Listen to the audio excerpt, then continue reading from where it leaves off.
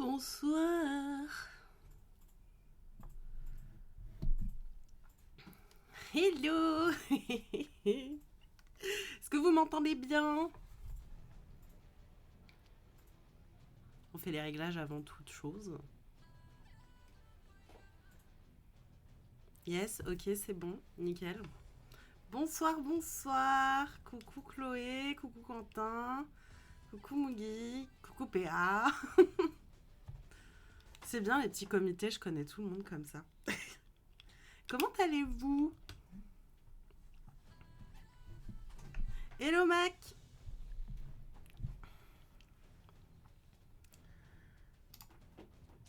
Alors. Vincent regarde aussi mes joues. Bonsoir Vincent. Fatigué mais on est là. Ouais bah oui. Je sais, d'habitude on fait pas ça le samedi soir pour que vous soyez tranquille. Mais bon. Hier Hier soir j'étais au Renard Doré pour écouter le Kela Kela Club. Retour de convention, il fait à peu près beau donc ça va. Ah mais oui Quentin, j'ai vu ta vidéo et tes photos sur Insta. C'était bien, c'était à Avignon, c'est ça?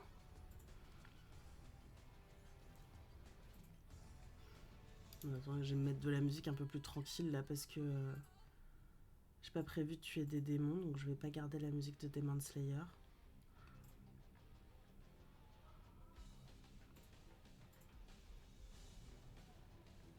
Je suis jalousie, j'aurais aimé y assister mais j'habite loin comme tout, de tout comme d'hab. Bah en vrai mon Guy, je suis sûre que si les membres du Kela Kela Club pouvaient faire ça dans d'autres librairies, ils le feraient avec plaisir. Mais je pense que c'est pas évident. Après, déjà c'est cool, on a 10 nanas pour aborder plein de sujets. Donc c'est à l'occasion, si tu montes sur la région parisienne, ça peut être cool. Oui, Avignon, Geek Expo, première fois que je la faisais en vrai, c'était sympa. Je connais pas du tout. Moi j'ai fait une convention dans ma vie de façon 2. Je savais pas que... Enfin si, Geek Expo, il y en a plein, non? Ou alors je confonds avec un autre truc. En tout cas, c'est cool qu'il y ait ça dans plein de villes de France, quoi. Bon, je vous préviens, je vais peut-être être un peu lente ou quoi. Je suis en pleine crise d'endométriose, quoi. Tout va bien. Surtout que c'est seulement notre deuxième événement. Bonsoir, Hortense. 1, 2, 3. Surtout que c'est seulement notre deuxième événement, donc peut-être qu'un jour, quand on nous invitera partout, mais on n'en est pas là. Ça viendra. Moi, je suis sûre que ça viendra. On ferait le tour des librairies de France pour faire des Kila Kila Club. Bon, je disais que je voulais changer de musique, j'ai toujours pas choisi quoi. Ah. Bon, sinon ça va, vous avez passé une bonne semaine. Ça y est, le mois de janvier et ses 72 jours sont enfin terminés. On est enfin en février. J'en pouvais plus. Hein. Je sais pas vous, mais moi, le mois de janvier, j'ai cru que j'allais crever. Ça ne ça finissait jamais. C'était infâme. J'avais envie de crever. Un tunnel, ouais. Non, mais vraiment, c'était trop long. Enfin, moi, j'en pouvais plus. J'espérais chaque jour qui passe que ça s'arrête, mais c'était tellement long. Terrible. Mais bon, c'est fini. Et on est déjà le 7 janvier. Ça, pour le coup, ça passe vite. Surtout qu'il reste 21 jours au mois de janvier. Après, c'est fini, pipo. Bon, on va passer à ce bilan culturel. Euh, qui, ma foi, sachez-le, n'est pas fameux. Février, j'ai dit quoi? J'ai dit janvier. Vivement le printemps. Ouais, vivement le printemps. Grave.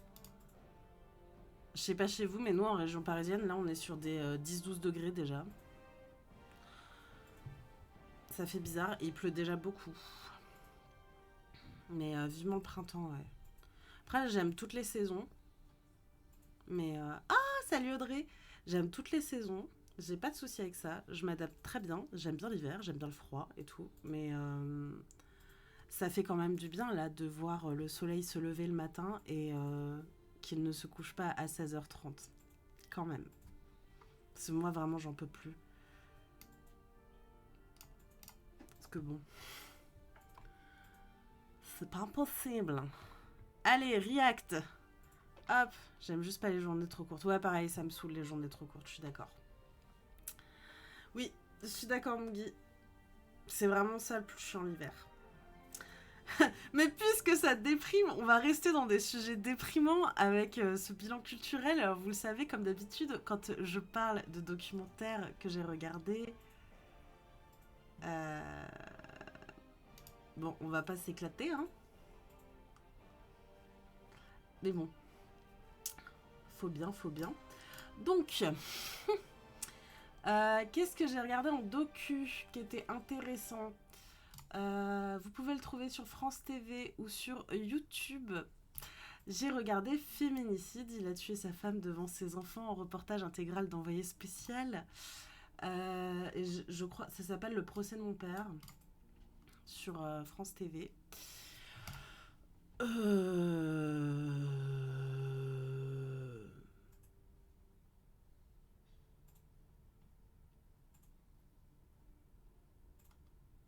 C'est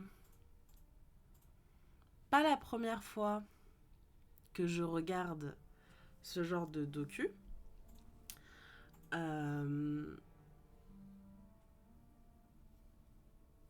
Et j'en regarde souvent, vous le savez maintenant, hein, si vous suivez les bilans culturels. D'autant qu'aujourd'hui, étant donné que je travaille maintenant dans la justice, c'est intéressant pour moi aussi professionnellement parlant. Je vais pas vous faire un dessin, c'est juste horrible parce qu'on assiste à un procès d'assises en fait.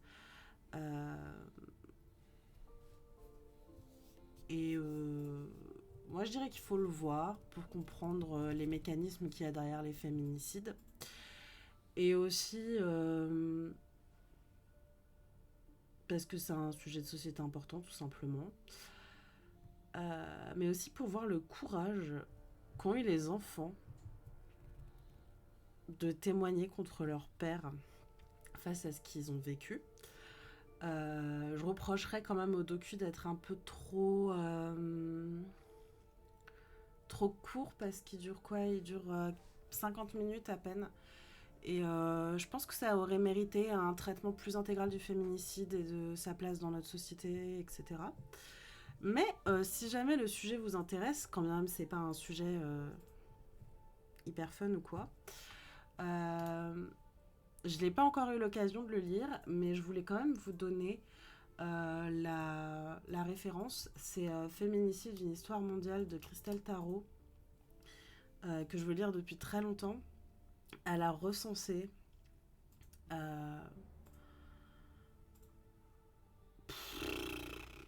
des centaines de milliers de féminicides en fait à travers le monde dans ce bouquin. Il est un peu cher, il coûte 39 €, mais je pense qu'il est important si ces sujets de la société-là vous intéressent et si les sujets féministes vous intéressent aussi. Je pense que ça vaut le coup parce qu'en plus, dans le féminicide, il y a tout un mécanisme déjà d'emprise, mais aussi, faut penser aux enfants qui suivent souvent les féminicides et qui doivent apprendre à se reconstruire avec un parent qui a tué, d'ailleurs un père, je dirais, qui a tué leur mère, des fois sous leurs yeux, comme c'est le cas dans le documentaire. Donc voilà, moi c'est des sujets sur lesquels je reste en alerte tout le temps, que je regarde, qui m'intéressent, donc je me voyais pas vous en parler même si c'est pas fun du tout. Voilà. Donc dans l'ensemble assez bien quand même comme docu, vous pouvez le retrouver. Attendez, je vais faire comme d'hab, je vais vous mettre le lien dans le chat.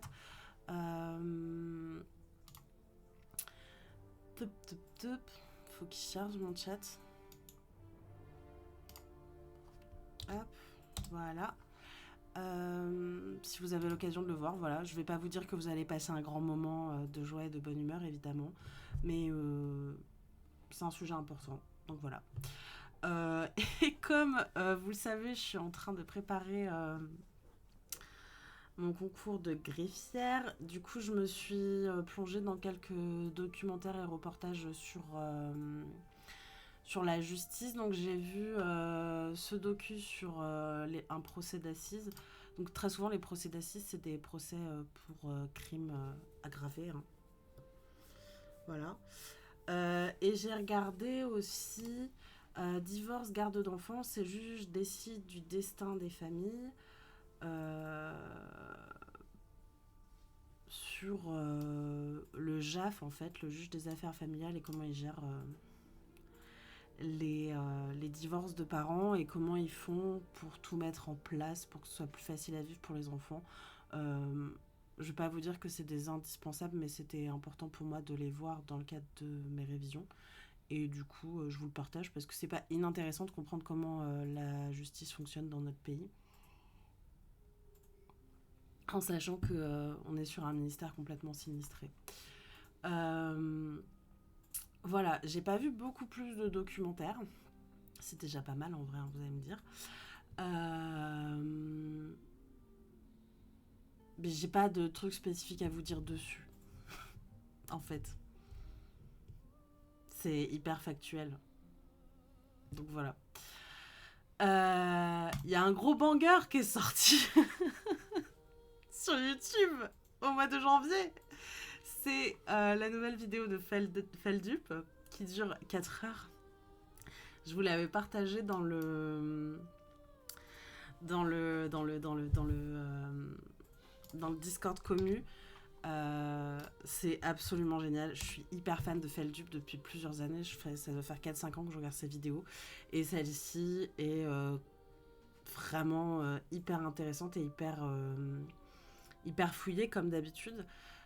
Surtout que pour le coup, Five Nights at Freddy's, moi je connaissais les mèmes et tout qu'il y avait autour. Je connaissais pas du tout le jeu. Du coup, c'était hyper intéressant. Par contre, il faut avoir 4 heures devant soi. Ce qui n'est pas évident. Mais ça valait vachement le coup. Et je suis très contente du coup qu'il ait sorti cette vidéo. Maintenant, il faut attendre un peu pour avoir les prochaines, hein, évidemment. Il a déjà 4,1 millions de vues en 13 jours. C'est pas moi qui ferai autant de vues sur YouTube, hein.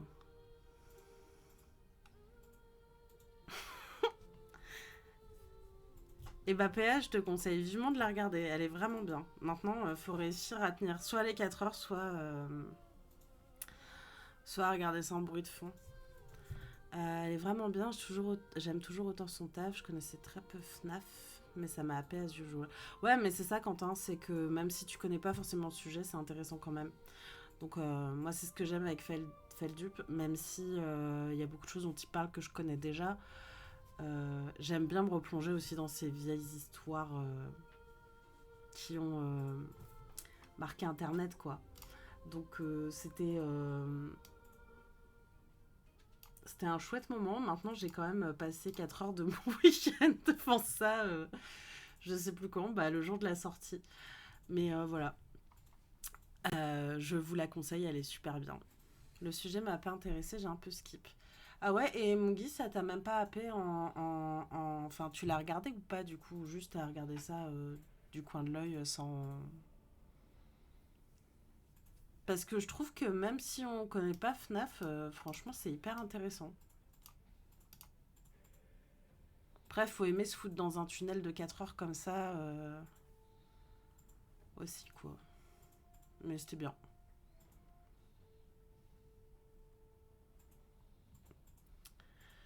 Euh... Quasi tout vu, ouais, ouais, ok. Après, ouais, je peux comprendre que ça intéresse pas forcément, hein, c'est pas...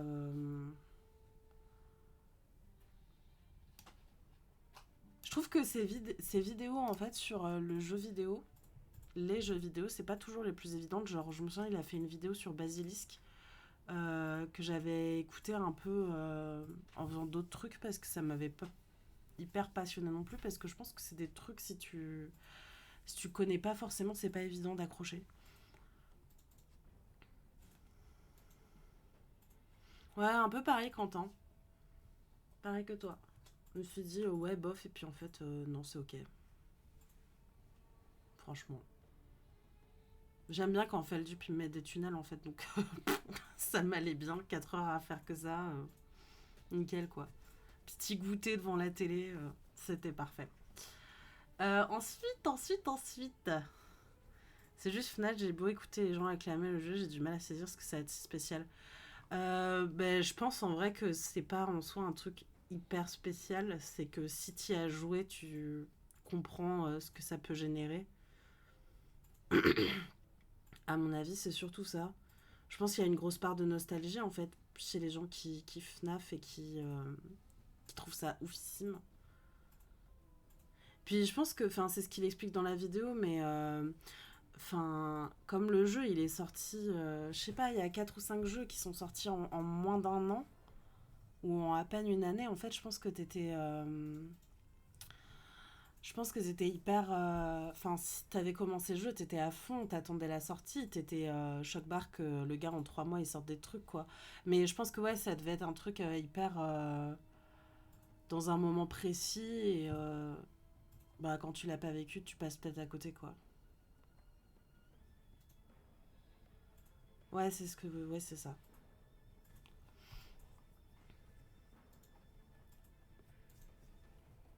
Alors, voilà pour mes trucs internet, YouTube et, docu.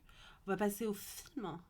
Je préviens, ce bilan culturel va pas être énorme parce que vraiment, le mois de janvier a beau avoir duré 75 jours, j'ai pas été d'une productivité incroyable. Je suis pas hyper dans mon assiette ces derniers temps, donc du coup, des choses c'est difficile. Donc, 75 jours de coma, non mais vraiment. Puis comme je suis pas en forme, franchement, c'est compliqué quoi. Donc les films, alors attendez, je vais juste recaler un petit peu la page pour que vous voyez un peu mieux. Alors non, ne vous inquiétez pas, ce n'est pas la première fois de ma vie que je regardais Le Seigneur des Anneaux. Hein. Ça devait être la 75e fois, en réalité, que je me suis refait Le Seigneur des Anneaux. D'ailleurs, je me suis même pas tout refait, j'ai juste revu le 1 au jour de l'an avec ma meilleure amie. Voilà, on s'est fait La Communauté de l'Anneau. C'est toujours une de mes trilogies préférées, c'est toujours un de mes films préférés, un de mes bouquins préférés. Euh, Et pour vous prouver ma fan attitude pour Le Seigneur des Anneaux et pour Tolkien, ne bougez pas, je reviens. Faut que j'enlève ma bouillotte. Bougez pas. Je vais tout casser.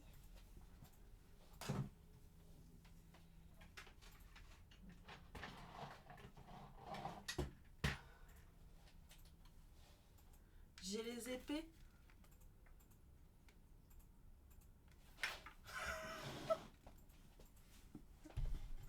J'ai les épées d'Aragorn.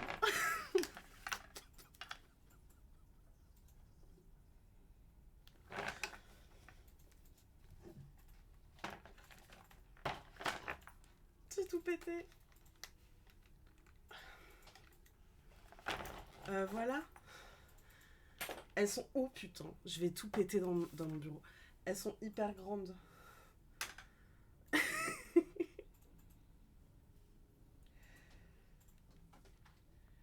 Voilà. Donc c'est... il y a pas de suspense. C'est pour ça que c'est genre la 75e fois que je regardais Seigneur des Anneaux.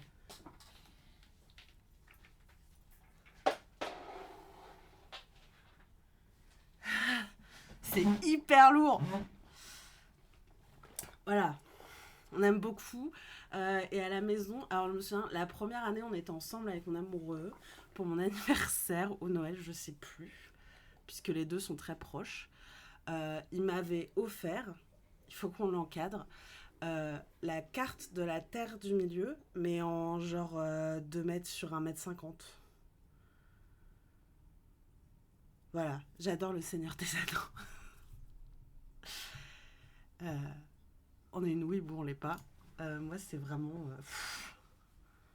toute ma vie. J'aime trop, trop, trop. J'aime tout, j'aime les musiques. Et en plus, Enfin, faut quand même souligner un truc avec cette trilogie, je trouve, c'est que ça commence à être bien vieux, là. Ça a plus de 20 ans. Et je vous jure, les effets spéciaux n'ont pas bougé, hein. C'est même mieux que... Bonsoir, Dasromir. C'est même mieux que certains effets spéciaux qu'on a aujourd'hui, quoi, je trouve. Ça vieillit vachement bien. Euh, et donc, c'est toujours un bonheur immense pour moi de revoir Le Seigneur des Anneaux. Je connais tout par cœur, mais la vie, quoi. Un bonheur sans pareil. Vraiment. Donc, j'étais trop contente de voir ça avec ma meilleure amie parce qu'on lui avait fait découvrir il y a 2 ou 3 ans. Elle avait jamais vu, on lui avait prêté notre coffret Blu-ray version longue. Et vraiment le bonheur. Et donc là, l'objectif avec mon mec, c'est qu'on aille voir les ciné-concerts. Parce que ça doit être une dinguerie. Donc, rêve ultime de voir les ciné-concerts du Seigneur des Anneaux. Voilà.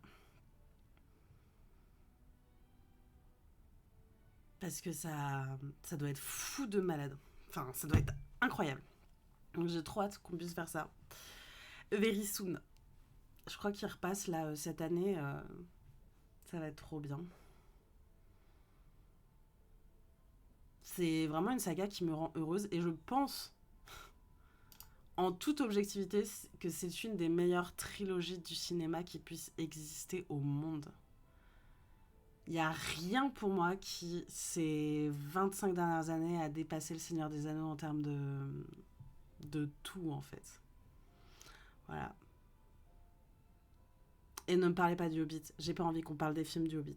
Le bouquin est très bien, contentez-vous du bouquin, mais ne me parlez pas des films. C'était une grosse déception. Voilà. Voilà. J'avais fait un marathon sur 3 jours au ciné avec 2 copines, c'est tellement bien. Mais le bonheur, marathon au ciné pendant 3 jours, genre, entre geeks crasseux, regardez Le Seigneur des Anneaux. Finalement, est-ce que c'est pas une idée du paradis, ça?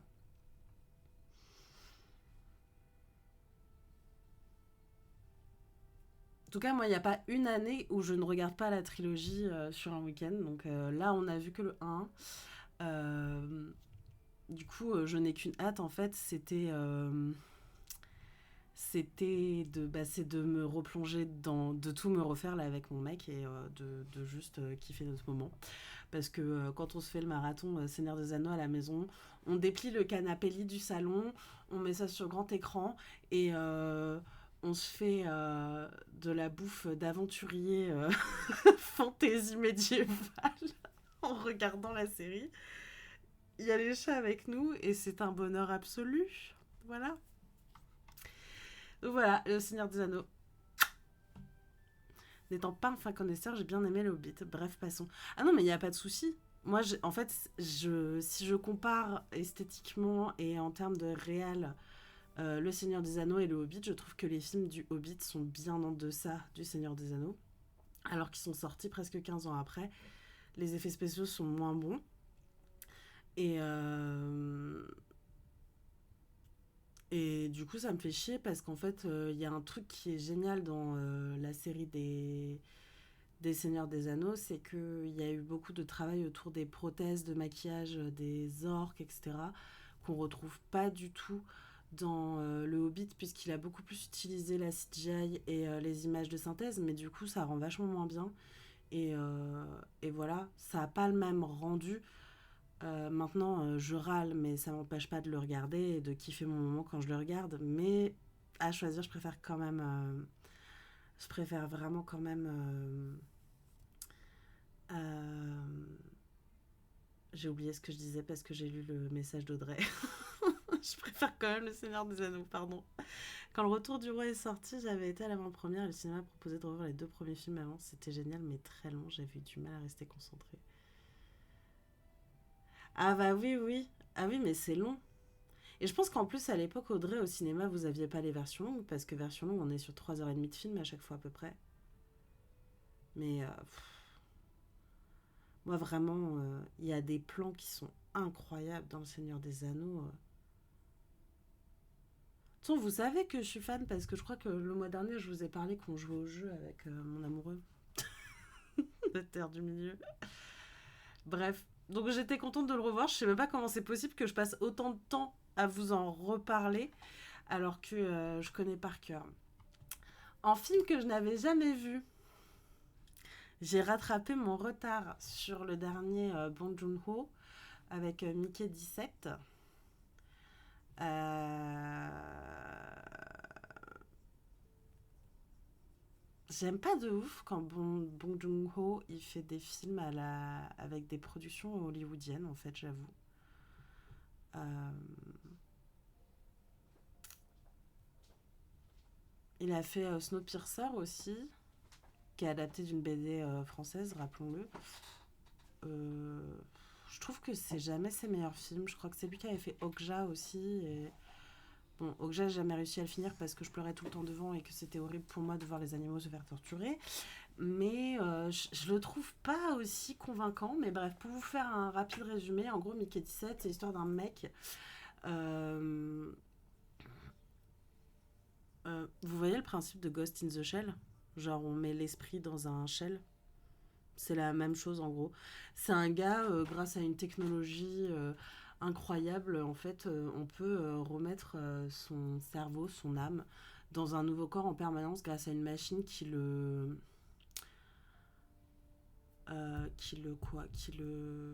clone en quelque sorte. Euh, et on a, comme très souvent avec Bong Joon-ho, évidemment, un discours écologiste, un discours sur la lutte des classes aussi. Le truc, c'est que j'ai trouvé. Et donc, ce mec, un jour, en fait,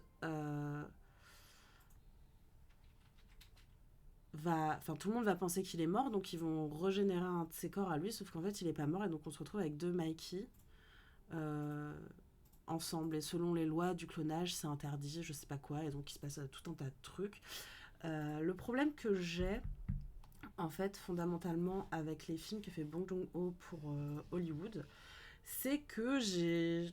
Peut-être qu'il a conscience que le public américain est con, mais je trouve qu'il n'y a aucune subtilité dans la caractérisation des personnages à chaque fois dans ces films-là.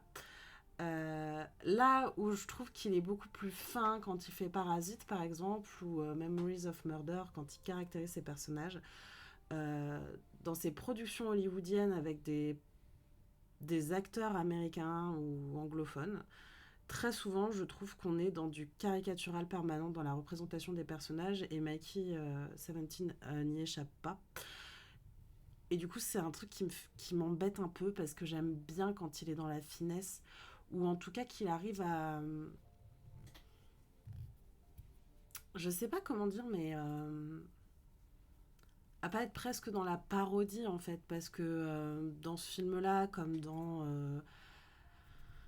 Okja ou comme dans le Snowpiercer, on va avoir du coup des ultra riches qui vont être du coup caractérisés énormément par leur physique très clinquant. On voit qu'ils sont riches juste en les voyant physiquement.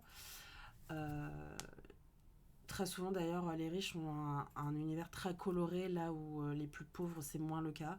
Et en fait, je trouve que ça manque énormément de subtilité et de finesse à ce niveau-là. Euh, Quand bien même le sujet peut être intéressant et donc du coup bon enfin moi personnellement je vous conseillerais pas de découvrir le cinéma de Bong Joon-ho avec ses films produits par Hollywood. Mais plutôt ouais enfin Parasite en fait c'est tellement génial. Pardon, je claque un truc. Je pense que Parasite c'est une super entrée en matière, mais après il a fait d'autres films tellement cool, genre vraiment Memories of Murder, c'est incroyable. Euh, et après, éventuellement, se dire on se fait un petit cadeau, on se regarde ces films produits par Hollywood parce que je peux pas dire que ce soit de mauvais films, je dirais juste que ça m'intéresse moins en fait la manière dont ils traitent ces sujets dans ces films-là. C'est surtout ça. Euh, je vous le déconseille pas, juste vous attendez pas à un truc hyper subtil quoi. Après, c'est très drôle parce que il y a aussi ça que j'aime beaucoup chez Bong Joon-ho, c'est qu'il joue beaucoup sur sur l'absurde dans pas mal de scènes et dans son cinéma de manière générale, donc c'est hyper intéressant parce que c'est très absurde. Robert Pattinson est excellent dans son rôle aussi, faut quand même le dire. Et puis il y a une flopée d'acteurs que j'aime beaucoup. Il y a Mark Ruffalo, si je me trompe pas. Il y a Toni Collette, qui est une actrice que j'adore. Donc il y a quand même de super acteurs. Les effets spéciaux passent très bien. Il a toujours des créations de monstres un peu particuliers. Euh, donc voilà, ça fonctionne assez bien quand même. Juste, je vous dirais pas en tout cas de découvrir le cinéma de ce réalisateur avec ce film-là. Maintenant, vous passerez pas un mauvais moment, même si je trouve qu'il y a parfois quelques longueurs. Mais dans l'ensemble, ça reste assez chouette, hein. Je vous lis un petit peu.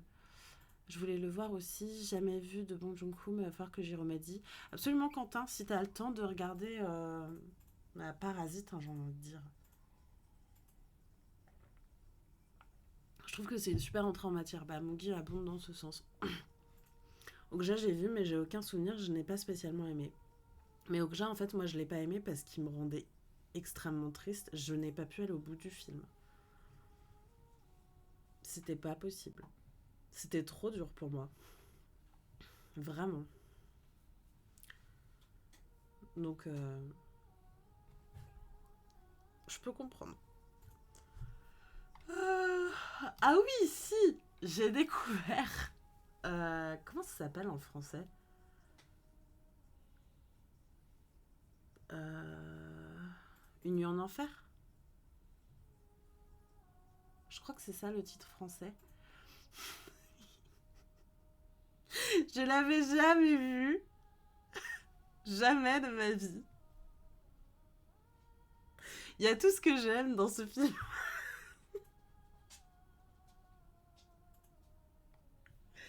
Je vous jure, il y a tout ce que j'aime. Genre, c'est con. Mais qu'est-ce que c'est bien.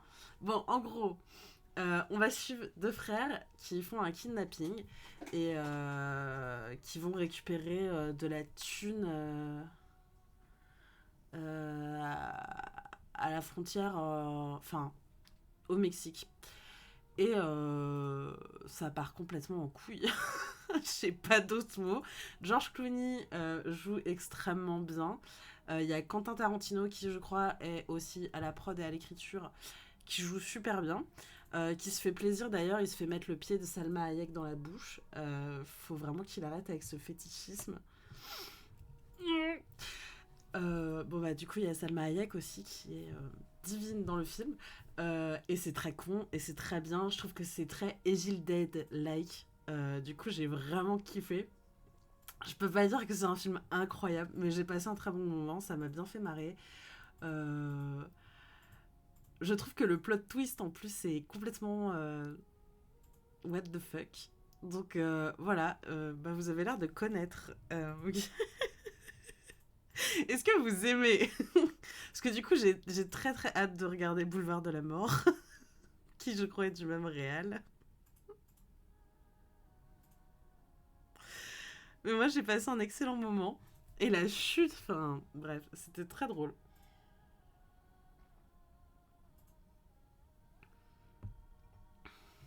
Qu'est-ce qu'il a dit récemment, Tarantino? J'ai pas suivi. Me dis pas qu'il devient Trumpiste lui aussi, hein. J'ai absolument pas suivi.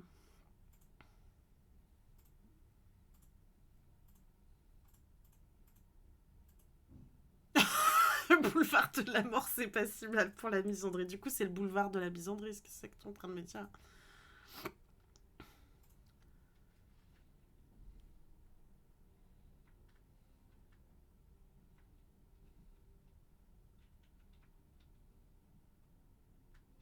Ah, mais c'est intéressant du coup. Mais elle a dit quoi Tarantino récemment? Attends. C'est quoi sa hot take?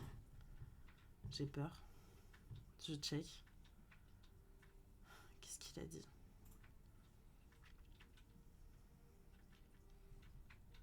Parce que bon, c'est pas que, mais je commence à. Il s'est prononcé.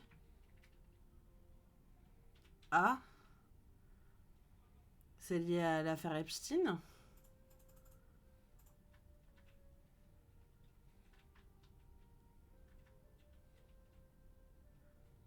Ah non, c'est crado.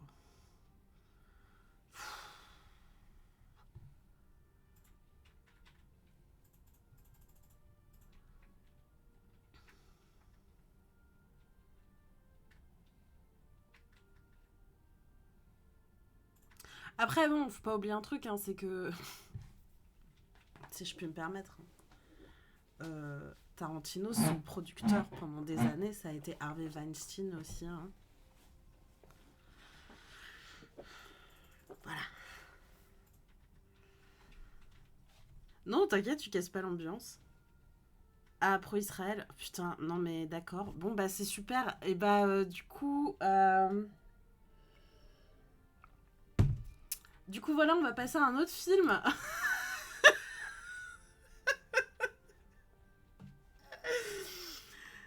J'ai vu Ten Dance. Mais alors,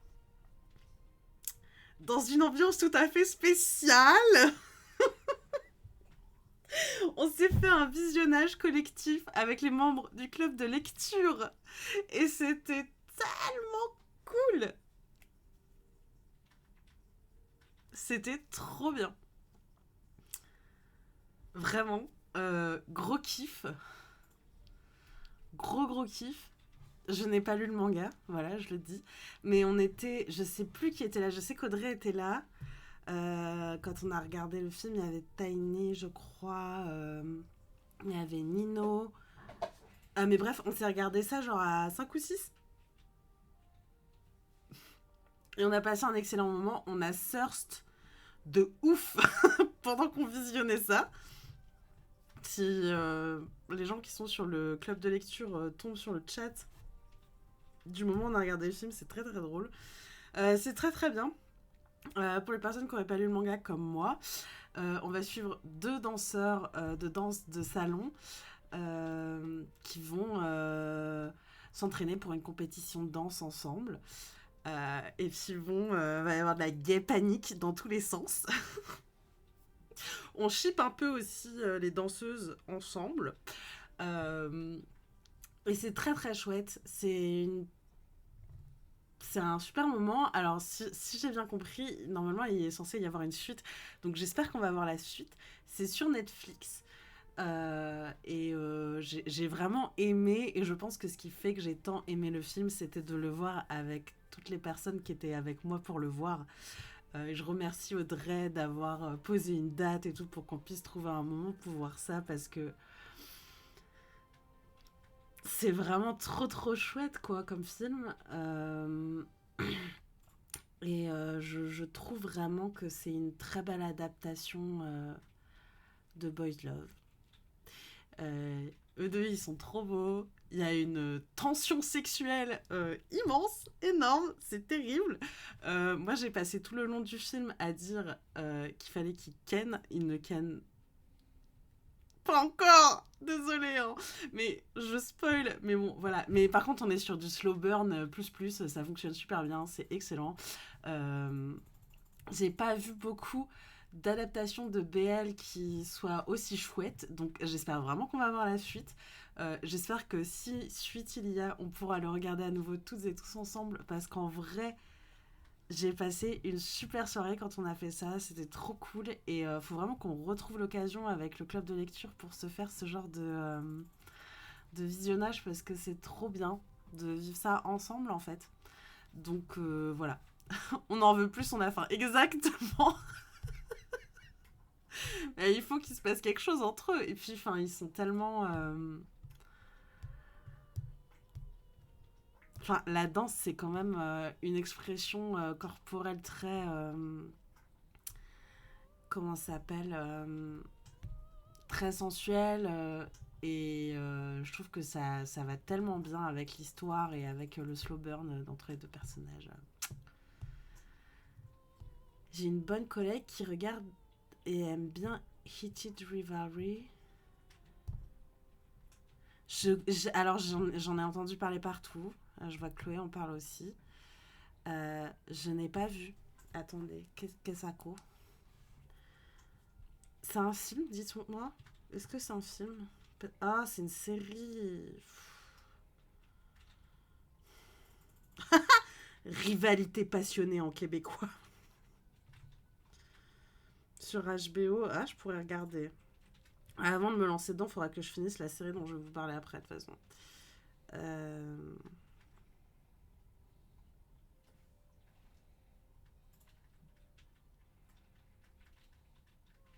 Ok. Mais c'est une série. Ah, c'est sur du hockey. Il y a vraiment que des histoires d'amour BL où il y a pour me faire regarder des trucs sur des gars qui font du hockey, hein, par contre, hein. Sincèrement, j'en ai rien à foutre du hockey, hein. Du hockey sur lit.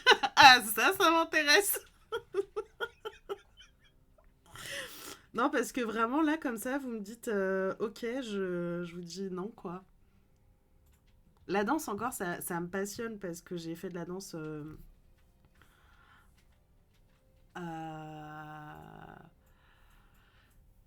en conservatoire et tout quand j'étais plus jeune, mais le hockey, la chair c'est frontal, ça canne de ouf pendant 20 minutes dans chaque épisode. Sérieux?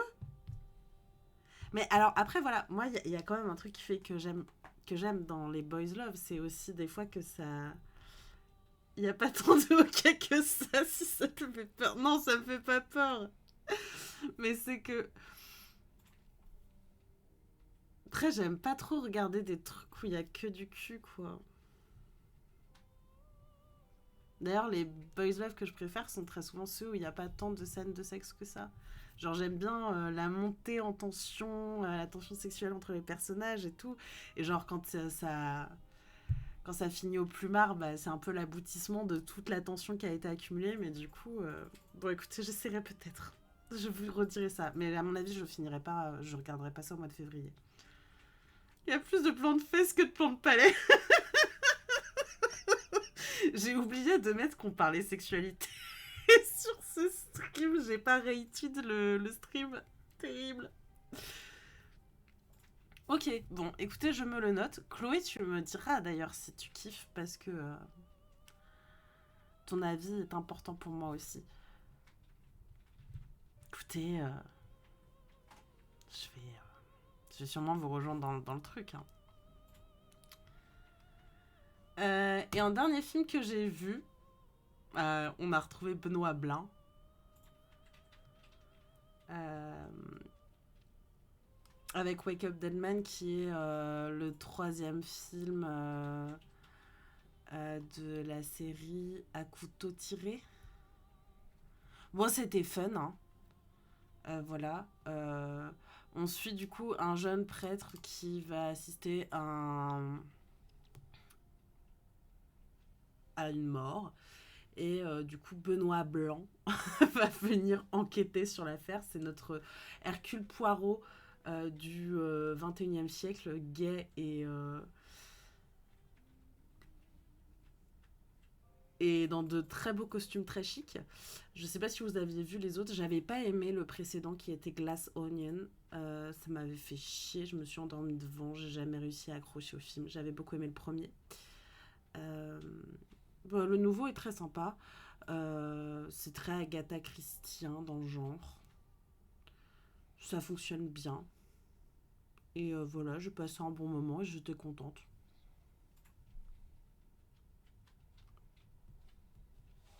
C'est tout. J'ai pas vu des masses de films, mais j'ai plutôt passé un bon moment devant tous les films que j'ai regardés de toute façon ce mois de janvier.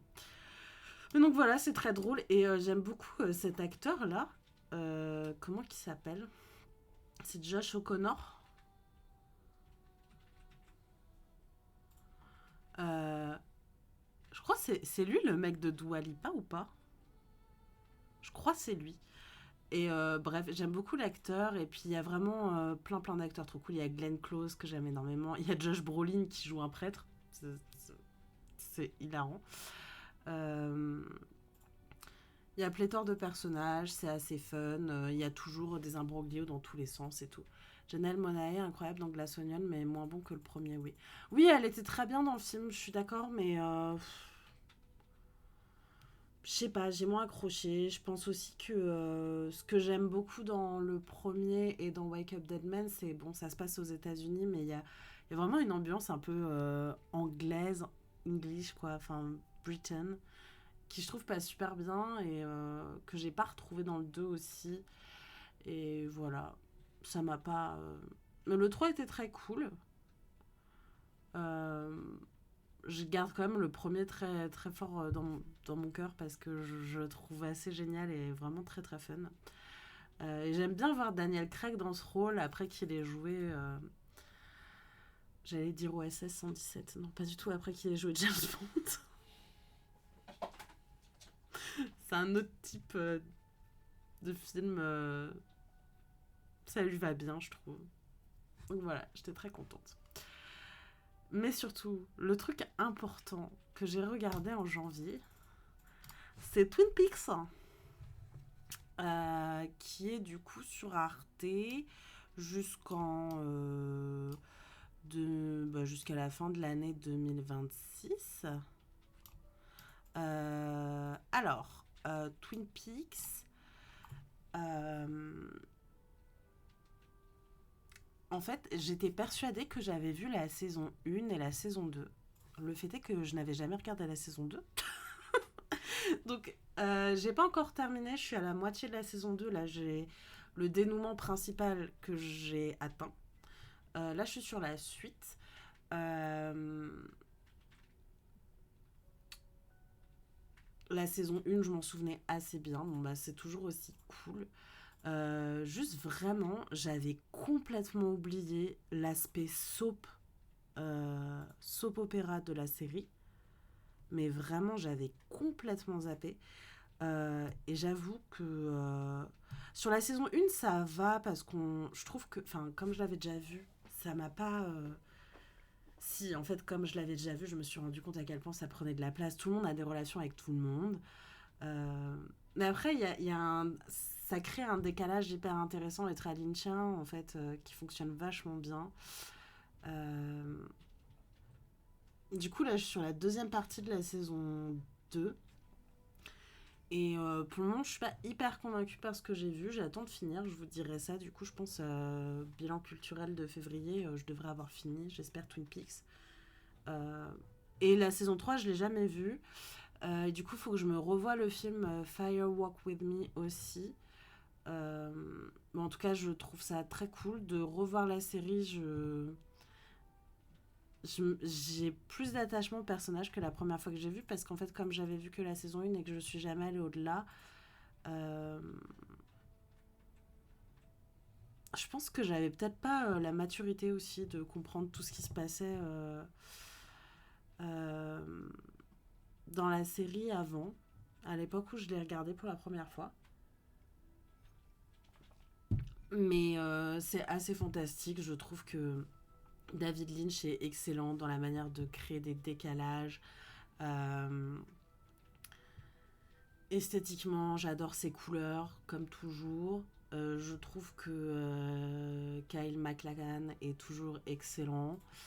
Euh, et je suis contente de le revoir maintenant et de pouvoir le revoir en entier. Donc voilà, c'était très cool. Et je regrette un peu en fait d'être presque passée à côté quand j'avais vu la saison 1 il y a très longtemps. Je pense à l'époque où je découvre David Lynch, donc ça doit faire une dizaine d'années en fait. Euh, un peu plus peut-être. Ouais, ça doit être ça. Fin lycée, début fac. Et du coup, bah, profitez-en, c'est gratuit, c'est sur Arte, si vous n'avez jamais vu Twin Peaks. Et je suis trop contente de me refaire ça.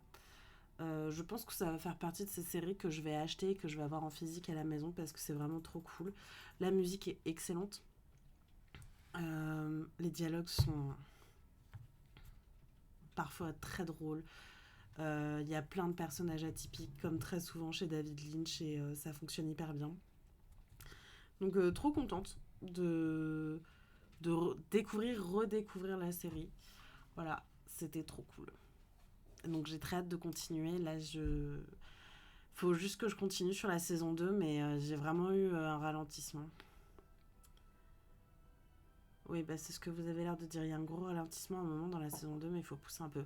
Ouais, mais je vais m'accrocher parce que... parce qu'en vrai, je trouve ça bien. J'aime les personnages, j'aime les histoires, même si vraiment, encore une fois, le côté soap opéra, qui m'avait pas tant marqué que ça la première fois que j'avais vu, là, en revoyant, je me dis, mais il y a des moments où je trouve que c'est un peu lourd, j'avoue. Après, c'est pas dénué d'humour et c'est pas dénué d'un certain regard un peu malicieux, je pense, de la part de Lynch non plus. Et ça reste intéressant. Euh, mais, euh, mais vraiment, à des moments, je voulais juste qu'on avance dans l'enquête, quoi. Mais c'est hyper intéressant, c'est hyper bien. Je pense que c'est une œuvre qui doit être passionnante à analyser. Du coup, j'ai hâte, quand je vais avoir tout fini, de, de voir un peu ce qui en est dit en termes d'analyse critique sur, euh,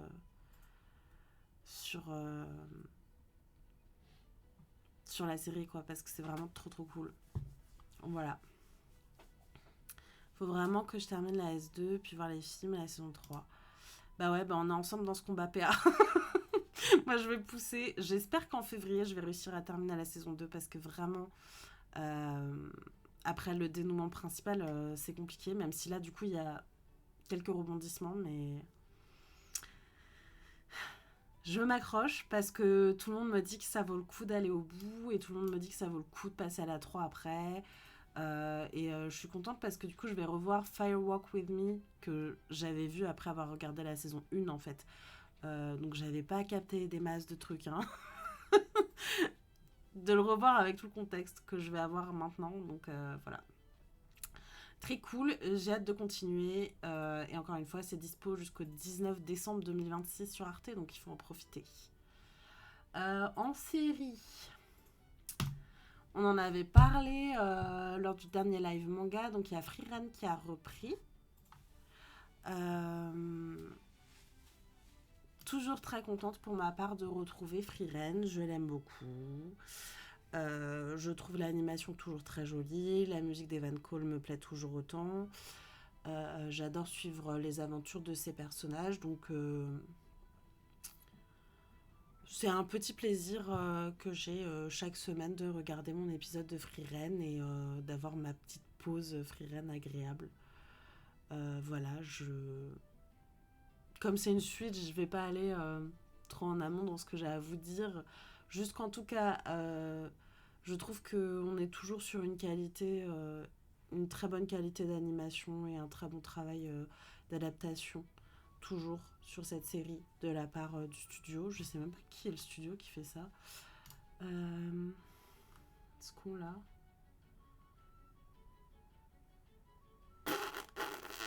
Non, c'est pas écrit.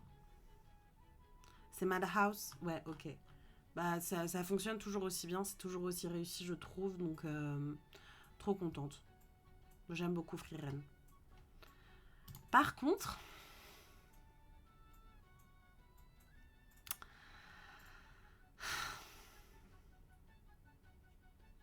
la saison 3 de Jujutsu Kaisen, je peux pas en dire autant.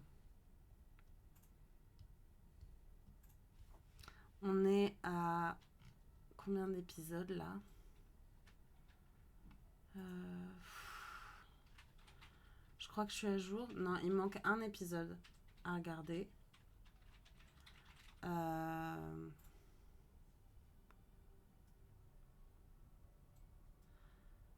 Je comprends rien. Hein. T'accroches-moi à cette saison. Mais c'est pas que j'accroche-moi, c'est que je capte rien.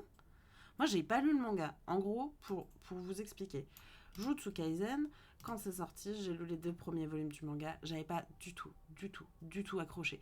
Ni au dessin, ni au scénario, qui, faut quand même le rappeler, à l'époque tombe à une période où on a plus ou moins en même temps Demon Slayer, Chainsaw Man et ça. Donc, 3 mangas que, quand tu les pitches, racontent la même chose. C'est des mecs qui chassent des démons. Hein, voilà. En gros. Et j'ai adoré la saison 1, j'ai adoré la saison 2. En plus, la saison 2, je trouve qu'en termes d'animation, ça allait un peu plus haut. Euh, Là, la saison 3, je trouve que l'animation est moins belle. Je trouve que la qualité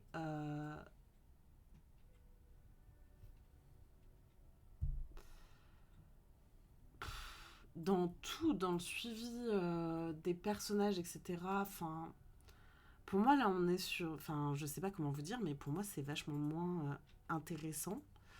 Euh, Qu'est-ce que vous dites? Le manga est si chum. Ouais, le manga est moche. Même ceux qui lisent le manga n'ont rien compris. Mugi, faudrait pouvoir s'accrocher à quelque chose déjà. Non, mais c'est ça. Moi, je ne comprends rien. Là, quand on arrive à l'épisode 2 de la saison 3, euh, quand c'est pas Tengen, si c'est Tengen, nous explique le principe là du tournoi rituel, je sais pas quoi. Pourquoi est-ce qu'ils vont faire des combats dans des arènes Pokémon? En fait, on m'explique, je comprends pas, c'est quoi le délire? Alors, j'ai compris, hein, parce que une fois que j'ai fini ces épisodes-là, je suis allée lire sur un wiki fan pour avoir toutes les explications, machin. Ok, j'ai compris. Je comprends quand même pas pourquoi ça se passe comme ça.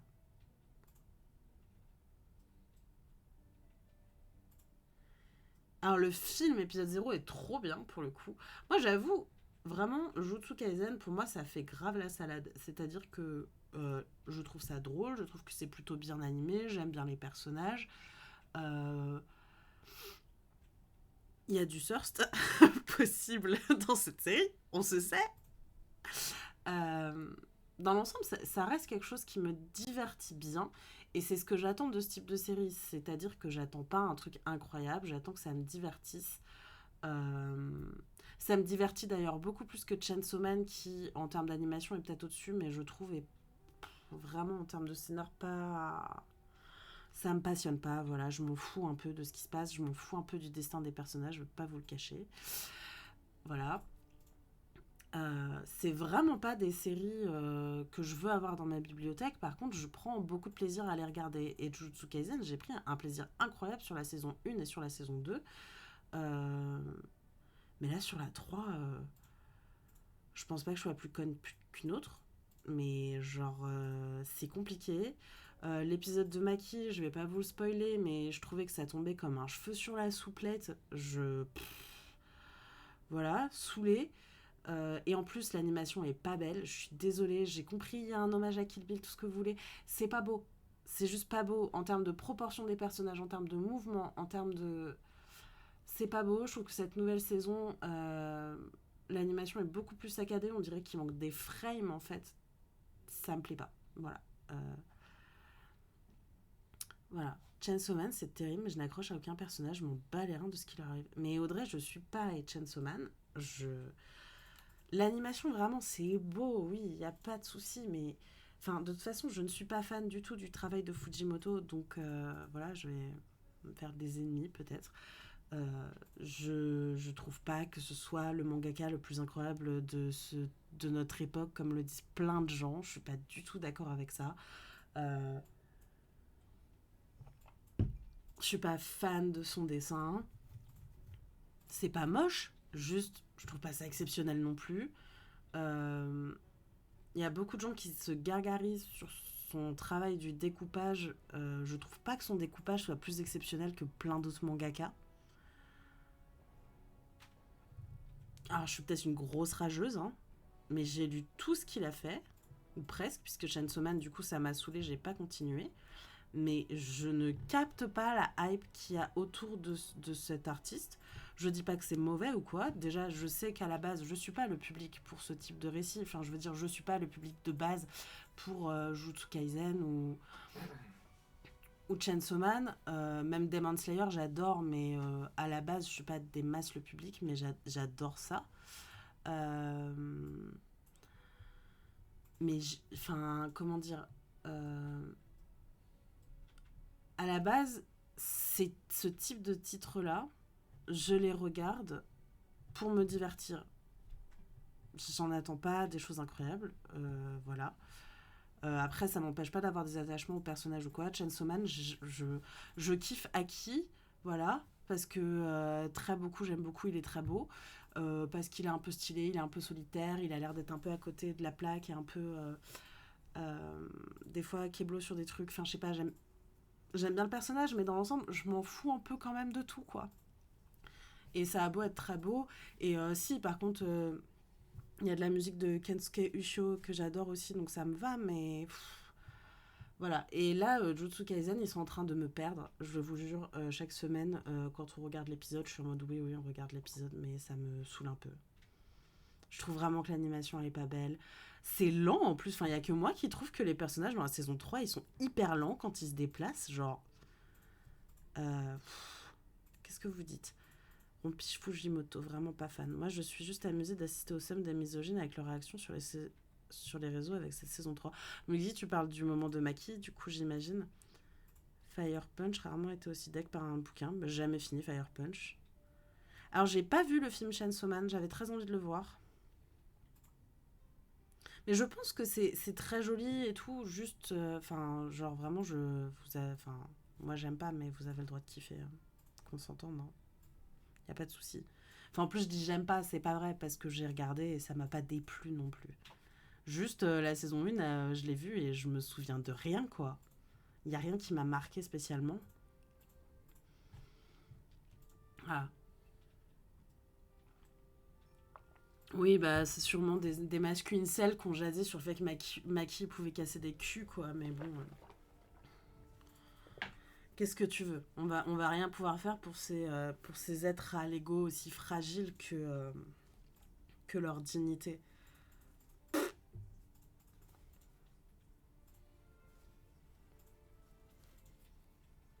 Ouais, voilà, ça m'a pas obsédé, c'est ça, Mac. Ça m'a pas obsédé et c'est vrai que de toute façon, à la base, je le sais, je suis pas spécifique. Enfin, je sais que c'est pas des titres vers lesquels je vais me tourner volontairement, quoi. S'il y a un anime, je vais suivre et je vais regarder parce que je trouve que c'est important aussi de savoir ce qui peut plaire dans notre culture populaire et ce qui peut plaire actuellement aux gens.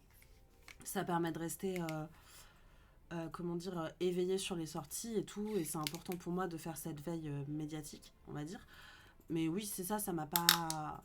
Après, peut-être que Chainsaw Man, j'accrocherais plus si je regardais tout d'un coup.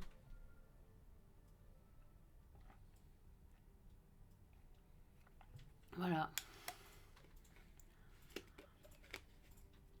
Mais bon, ça reste de très bons divertissements pour moi. Juste là, la saison 3 de Jujutsu Kaisen, je suis paumée. Et là, je regarde parce que j'aime grave les personnages en fait. J'aime les persos, même si je trouve que c'est dommage aussi parce que là, je trouve que ça va hyper vite. Enfin,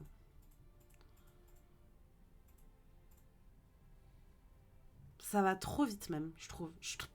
Enfin, vraiment, nous, quand on a commencé la nouvelle saison, on s'est dit, mais on a raté des épisodes, c'est pas possible.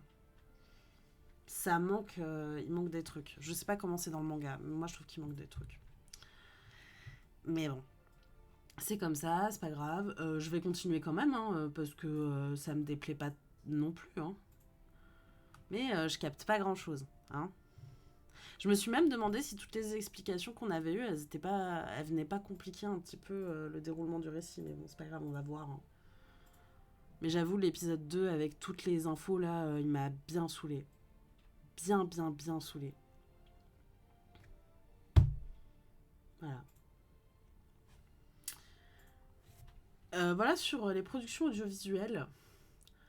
Alors, je vais vous parler d'un truc spécifique. On va parler musique, mais on va pas parler euh, de musique forcément contemporaine. Vous le savez peut-être, j'aime beaucoup la musique classique. J'écoute beaucoup de musique classique. Euh, et j'ai une faille dans mes connaissances en musique classique, qui est une faille commune à beaucoup de gens, je pense. Ce sont les compositrices, les femmes. Les femmes. Vous savez, les femmes. Bon, qui sont de toute façon la lacune de la terre entière, hein, mais.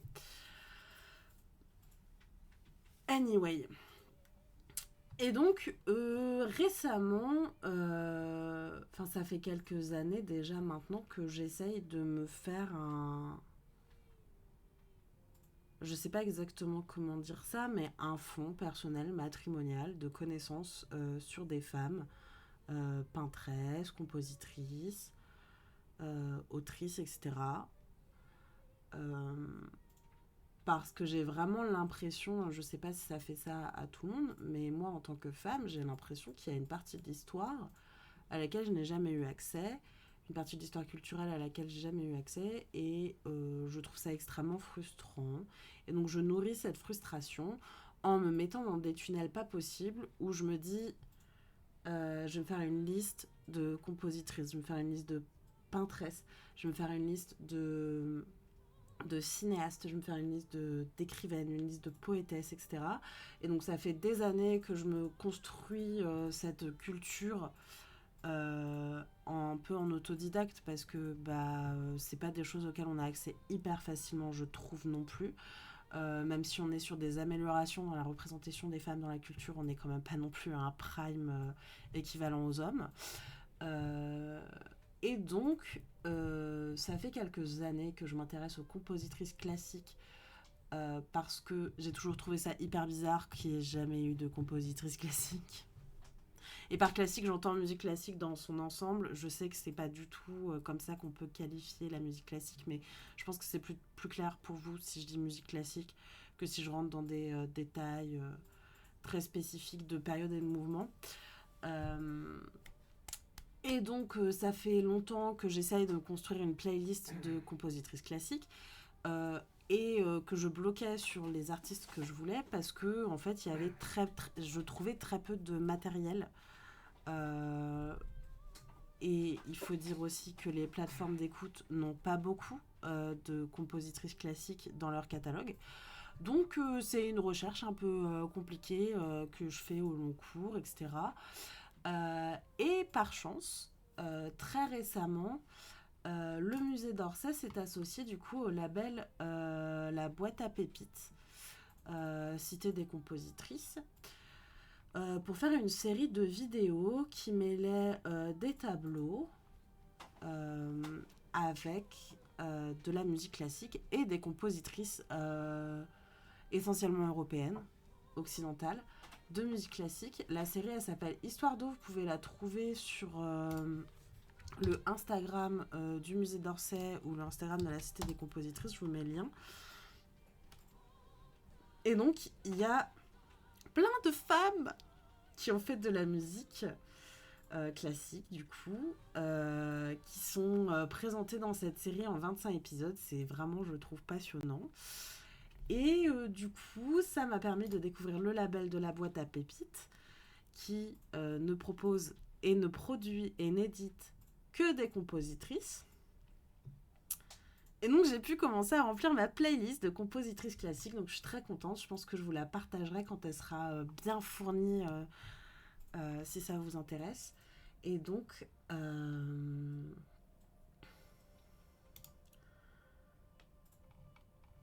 il y a vraiment beaucoup d'albums. Faut que je vois si je les trouve en vinyle ou pas. Je suis en pleine découverte de tout ça. Donc je peux pas vous en parler énormément. Il y a une compositrice sur qui j'ai eu un immense coup de cœur sur ce mois de janvier, que j'ai écouté presque que ça pendant toute la fin, les 2-3 dernières semaines du mois de janvier.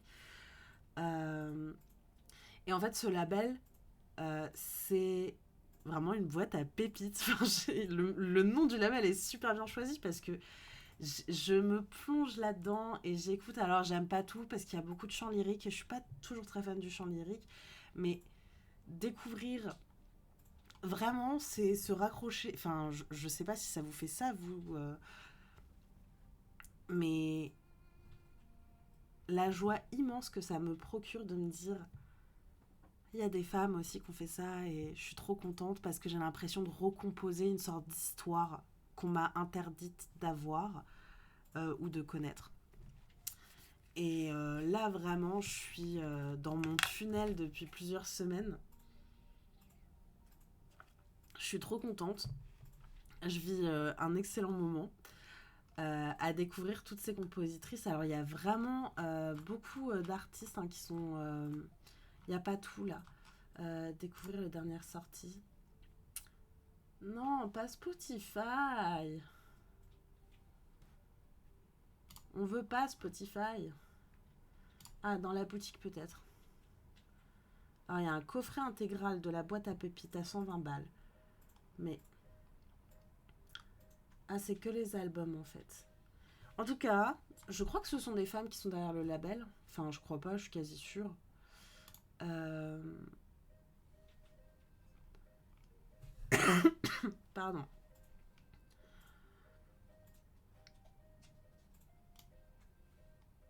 Elles ont fait une étude sur les compositrices et sur la sous-représentation des compositrices. Moi, j'aime trop ce genre de truc. Je suis trop contente de découvrir ça. Je suis ravie parce qu'en plus...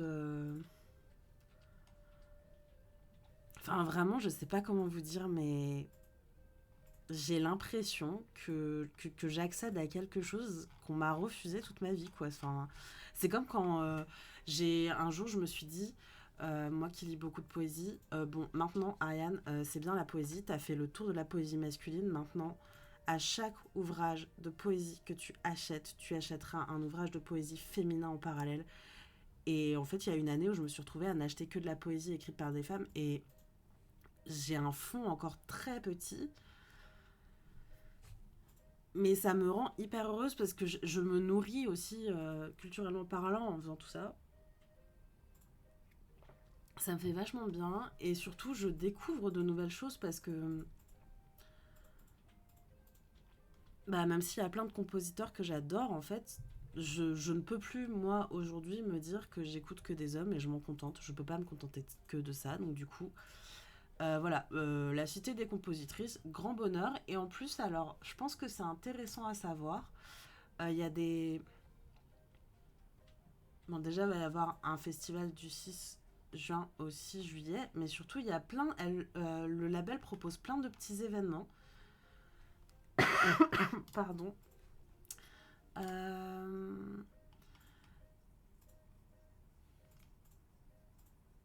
voilà. Plein de petits événements pour découvrir les compositrices. Il y a plein de petits concerts qui sont organisés. Alors, c'est très souvent à Paris, hein, mais je crois qu'elles vont ailleurs. Euh,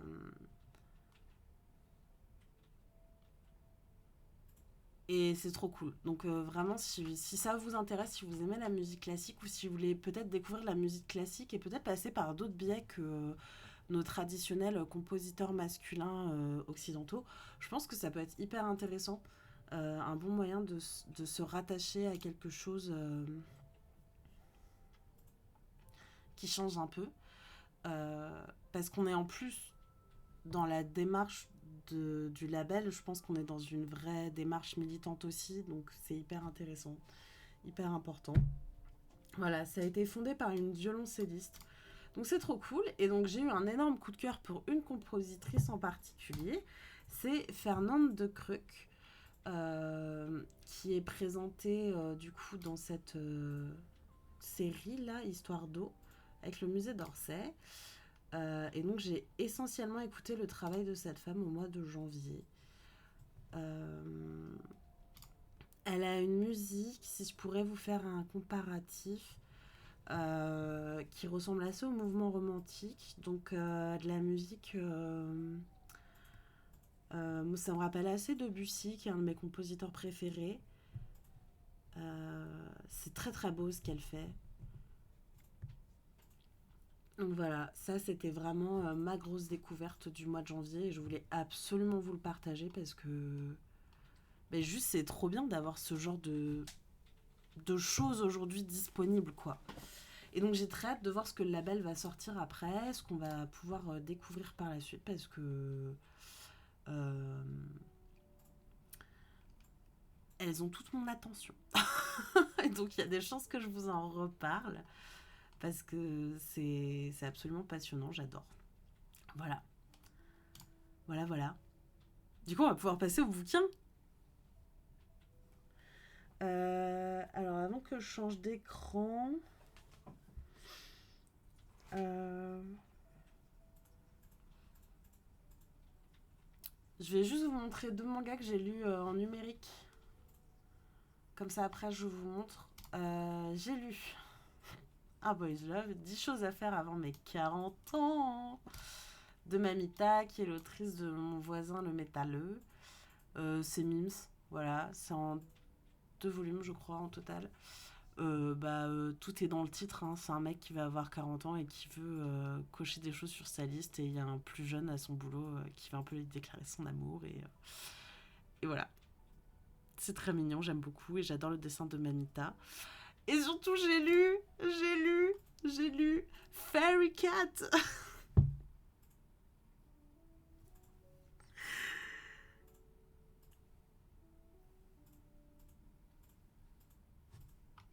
Tout est dans l'image. Là, tout est là. Qu'est-ce que c'est un Fairy Cat?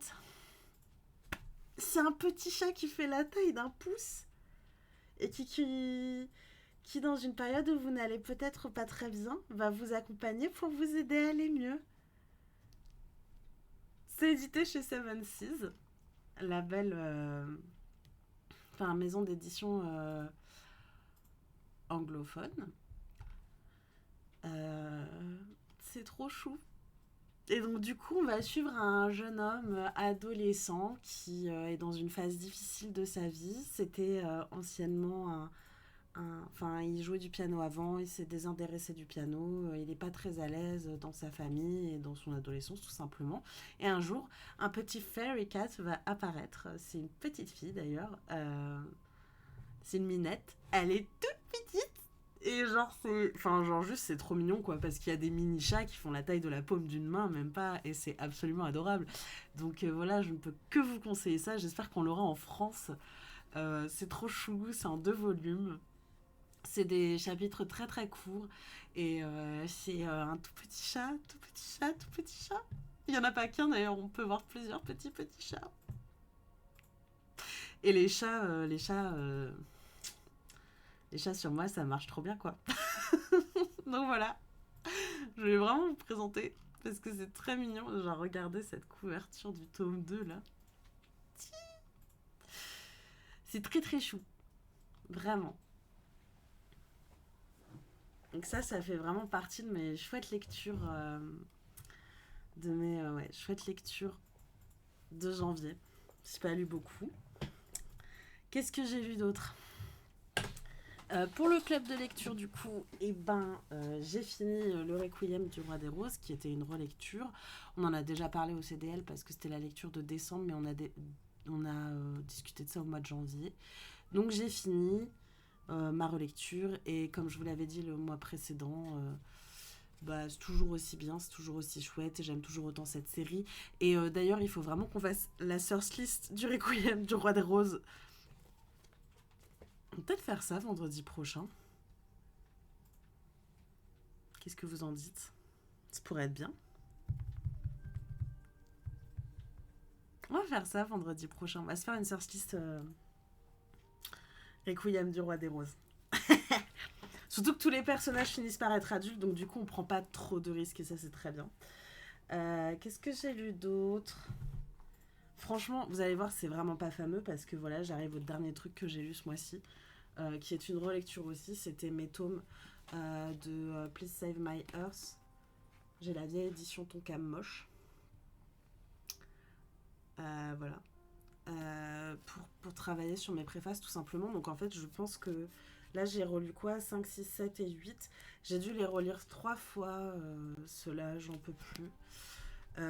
Parce que du coup, comme vous le savez, le manga est sorti il y a une dizaine de jours, je crois, maintenant, la réédition de chez Panini. Je ne peux point vous la montrer puisque je n'ai toujours pas reçu mon service presse. Je crois qu'il m'aime plus chez Panini, m'envoie plus mes séries. Non, je rigole. Mais c'est vrai qu'il m'envoie plus mes séries. Donc j'attends de recevoir mon tome. Donc en tout cas, je l'ai vu en photo sur les réseaux, entre vos mains, etc. Il a l'air très beau, hein. Ça a l'air très joli, mais je n'en sais rien, puisque moi j'ai encore la vieille édition Tonkam qui est encore en francs. 4,88 € ça coûtait. Abusé. Donc voilà ce que j'ai lu en janvier. Ça, et alors si lecture extrêmement fun aussi pour préparer mon concours, tous mes ouvrages sur le greffe. Voilà, donc on est content. Donc greffier tout en un pour la préparation de l'examen, les institutions judiciaires chez Memento, la procédure pénale chez Memento, la procédure civile chez Memento. Bon voilà, passionnant, hein, n'est-ce pas? Donc oui, le mois de janvier était absolument déplorable en termes de lecture.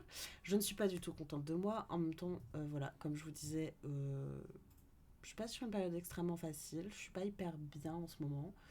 Euh, je m'en veux un peu de ne pas lire parce qu'en fait, lire, c'est ce qui me permet de me sentir bien, mais j'ai des grosses phases dissociatives, en fait, qui font que...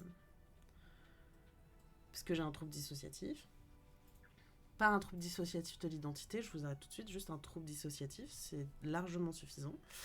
Et en fait, j'ai remarqué que là, sur ce mois de janvier, je pense qu'il y a trop de trucs qui se passent et que j'ai trop de trucs à gérer.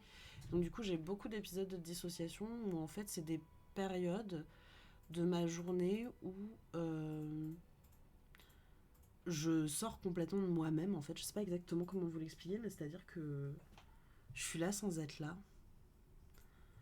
Et donc les heures défilent sans que je les vois défiler. Je me rends pas compte de ce qui se passe. Et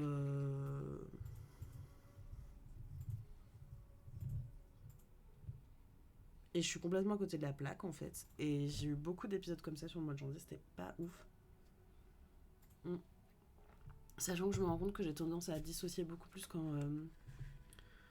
euh, quand j'ai mes journées de travail, parce qu'en fait je passe la journée à me concentrer sur des trucs et du coup quand je rentre chez moi je suis capable de me concentrer sur rien et donc je dissocie de fou. Mais donc, on n'est pas là pour parler de mes problèmes mes soucis mentaux.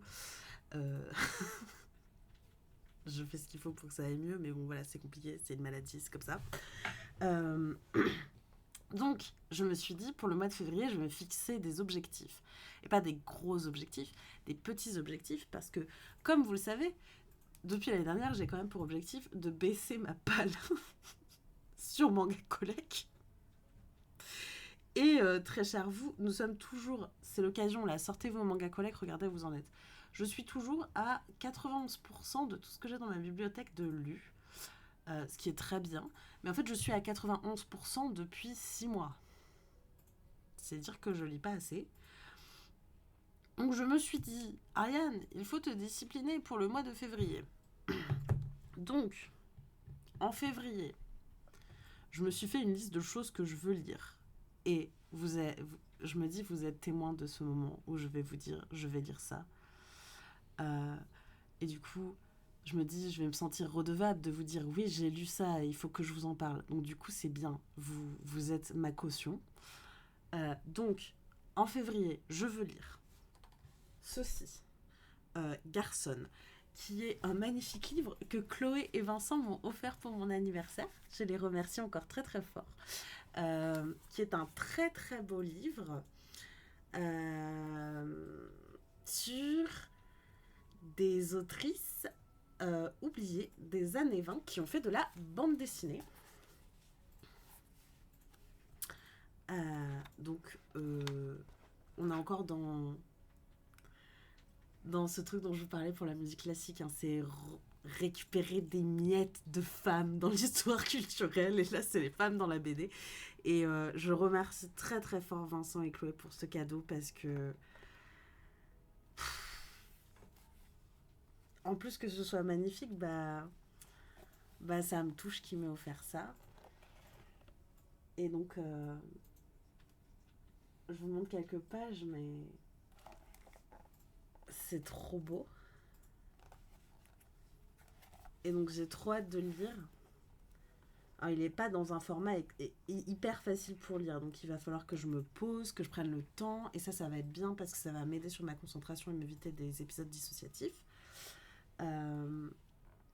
Et donc, c'est un florilège d'autrices de BD des années 20, des années folles. Donc, trop hâte de le lire. Donc, vous êtes témoin. En février, j'essaye de lire Garçon. Ok? Vous notez. En février. Ça, il faut que je le lise absolument demain. Parce que c'est la lecture du club de lecture qu'on débriefe lundi. Donc, il faut vraiment que je me bouge les fesses J'ai une excellente excuse, il a mis 3 semaines à arriver chez moi, donc j'ai pas encore eu le temps de le lire. C'est un one-shot de venir enfin moi-même qui est au programme du club de lecture. Je vais évidemment le lire puisque lundi, il faut qu'on en parle. Voilà, ça c'est bon. Dans la foulée, je vais lire les 2 tomes qui sont pour la lecture de mars. Non, c'est la lecture de février du club de lecture. Que reste-t-il de nos rêves? Ça va être une relecture, donc ça devrait pas être trop difficile. Vous notez? Évidemment, je vais le lire puisque c'est pour le club de lecture. Pour le moment, c'est facile. En février, je m'engage à finir Lumière pâle sur les collines de Ishiguro. Je suis presque à la moitié, ça fait juste 3 mois que je suis dessus. Voilà.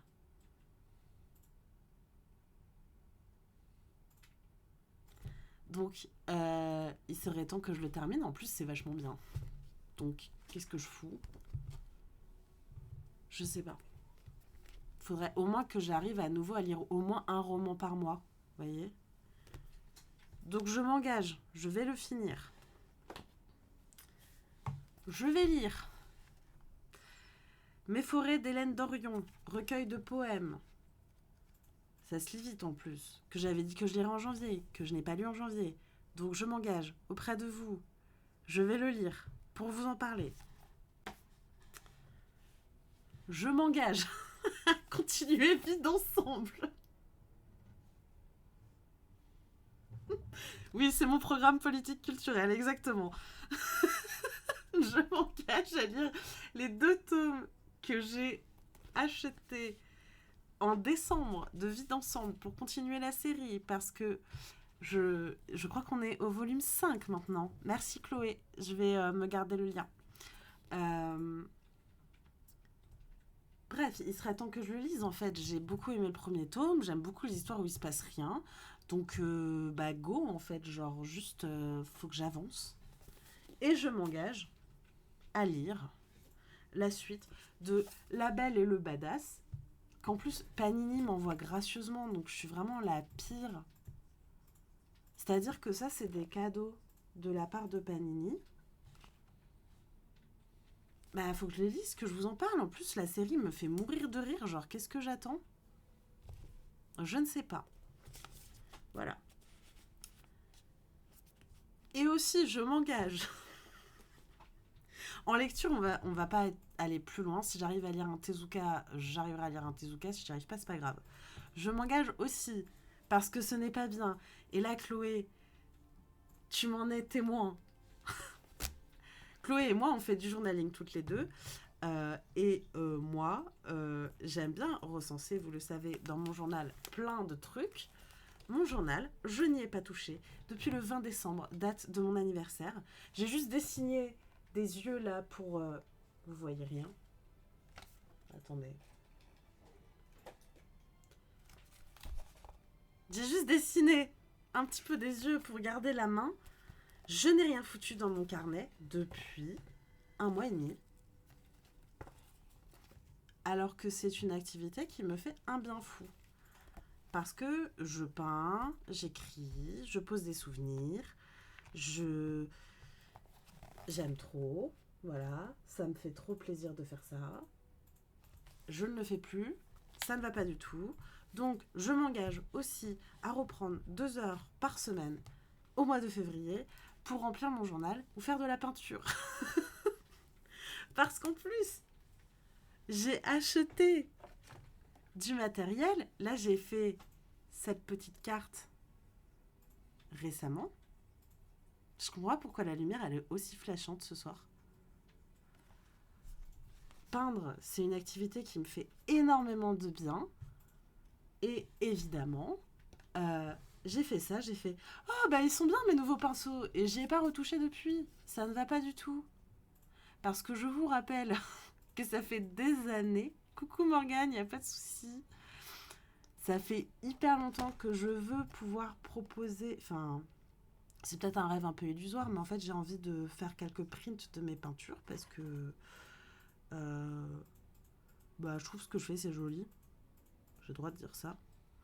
Et donc du coup, j'aimerais bien avoir un peu plus de peinture. Parce que vous voyez, j'avais fait des hortensias, euh, un cygne.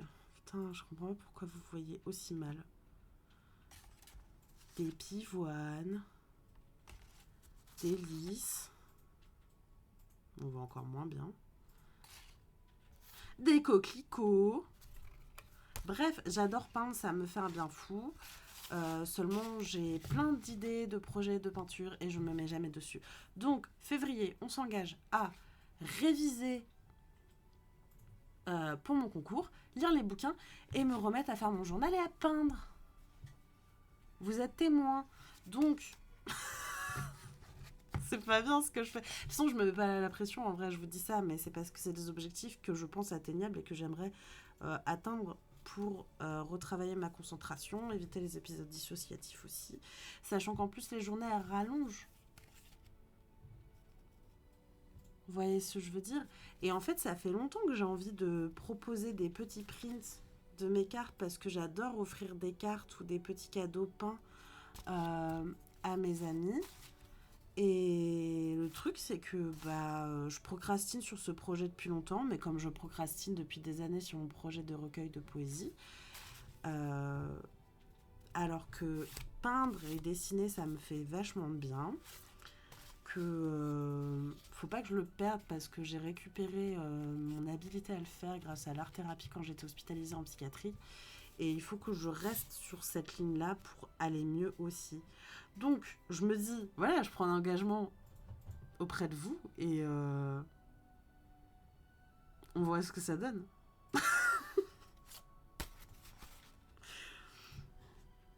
On va essayer, quoi. Qu'est-ce que vous dites, pardon, du coup? Alors, Morgane, oui, je m'étais arrêtée là. Faut que je me mette au journaling, mon Larocco. Alors, franchement, PA, si jamais tu veux te lancer dans le journaling, sache un truc, il n'y a pas de règle, tu fais ce que tu veux. Moi, mon journal, il y a tout et n'importe quoi. Il y a des souvenirs de la Japan Expo, genre. Putain, mais la lumière là, ça va pas du tout, je suis pas contente. Est-ce que c'est mieux là? Vous voyez mieux? Pas du tout. Je mets tout dans mon journal et genre vraiment, c'est un bonheur. Genre des fois, je fais des pages juste parce que je veux que ce soit joli. Des fois, je me fais des résumés de trucs que j'ai visités. Je raconte ma journée. Je me fais du coup, ça me permet aussi de continuer à travailler mon trait, des petits dessins. Genre, je vous avais montré mes pages de vieilles consoles de jeux vidéo, par exemple. Et le piège du journaling, PA, il faut le savoir, c'est que tu vas acheter plein de matériel. Tu vas récupérer plein de trucs. Et t'en auras partout. Et tu finiras comme Chloé et moi à faire le tour des papeteries parisiennes pour avoir des trucs en plus. Mais sinon, c'est très très bien. C'est très méditatif comme activité et c'est hyper agréable. Donc, c'est très chouette. Et ça permet en plus de conserver des bons souvenirs. Parce que moi, j'ai deux cahiers. J'ai un cahier où j'écris les choses où ça va pas du tout. Et j'ai mon cahier de souvenirs positifs qui est celui-là, qui est dans ma couleur préférée en plus. Et ça me fait vachement de bien. Donc oui, tenir un journal, c'est très bien. Surtout quand on a des difficultés de concentration, quand on veut s'entraîner sur des petits trucs, ou juste garder des souvenirs et des choses comme ça. Moi, la prochaine étape, ça va être d'acheter une petite imprimante pour téléphone, je pense, et un Polaroid pour rajouter des trucs en direct dedans. Ah, vous êtes trop chaud, merci pour mes peintures. Mais en plus, j'aime trop faire ça, quoi. Je pense pas que j'en vendrais des centaines, mais j'aimerais bien. Je prendrais les hortensias, les coquelicots sont trop beaux. Merci. Et j'ai fait aussi de la peinture sur des coquillages, j'aime trop faire ça. Je tiens un journal comme Assa dans Entre les lignes.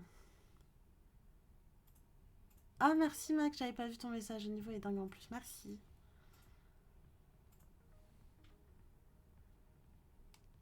Bah, en fait, PA, moi, j'ai un journal pareil comme ça dans Entre les lignes. C'est mon journal où j'écris mes cauchemars, mes rêves et les périodes où ça va pas. Euh, qui, lui, est un journal que je mets complètement... qui n'a rien à voir avec celui-ci, où celui-ci, c'est que des trucs positifs, jolis, et qui me font du bien. Et quand j'ai des trucs qui vont pas du tout et que j'ai besoin de coucher sur papier, j'ai mon autre journal. Voilà.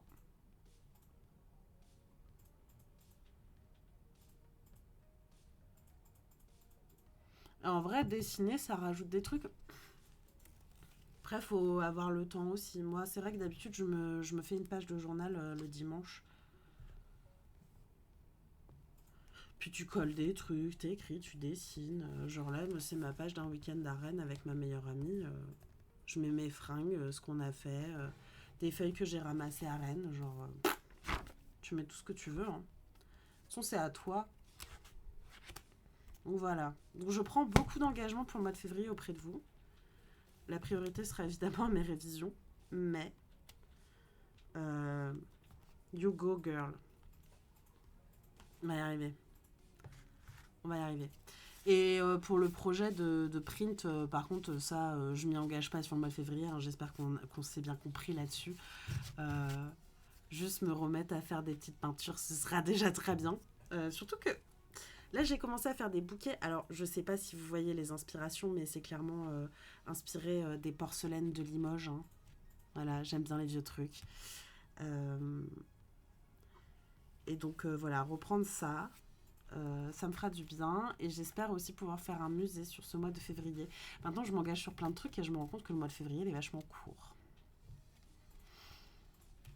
Et donc, peut-être l'objectif sur Manga Collect d'être à.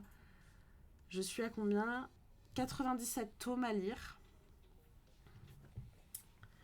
On va essayer de tomber euh,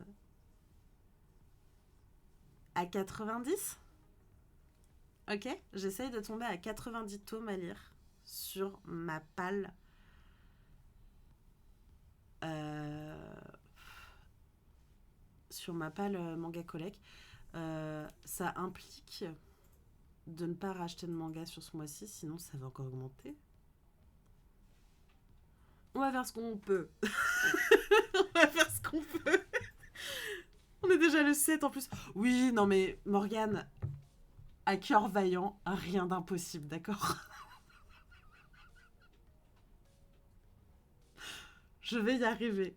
Je veux y arriver. C'est important pour moi, pour ma santé mentale, pour mon équilibre personnel, je veux y arriver. Parce que déjà, j'ai réussi à atteindre l'objectif de faire mes 10 000 pas par jour. On avance. On avance.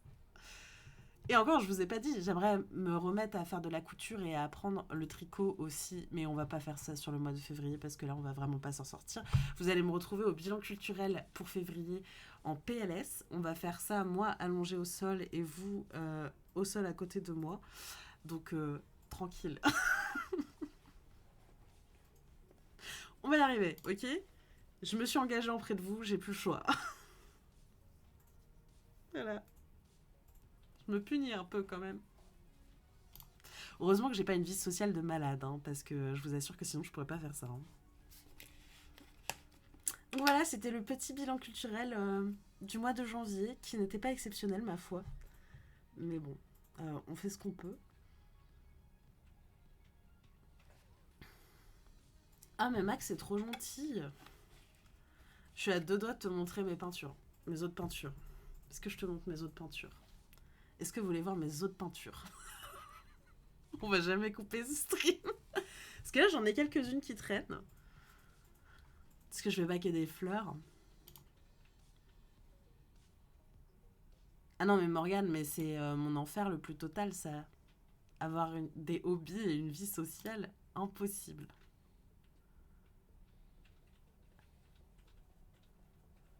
Bonne soirée, Quentin. Je veux tout voir. Ok, Max, c'est parti. Alors, j'ai pas tout là à portée de main.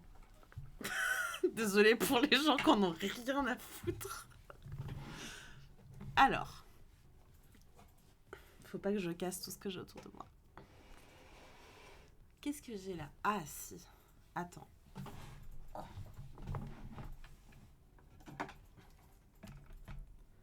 Les coquillages aussi. Oh là là. Faut vraiment que je me mette à faire des live peinture. Alors attendez. Ah bah j'en ai un juste là de coquillage. Figurez-vous. Bon, les fleurs, oui, c'est ma passion.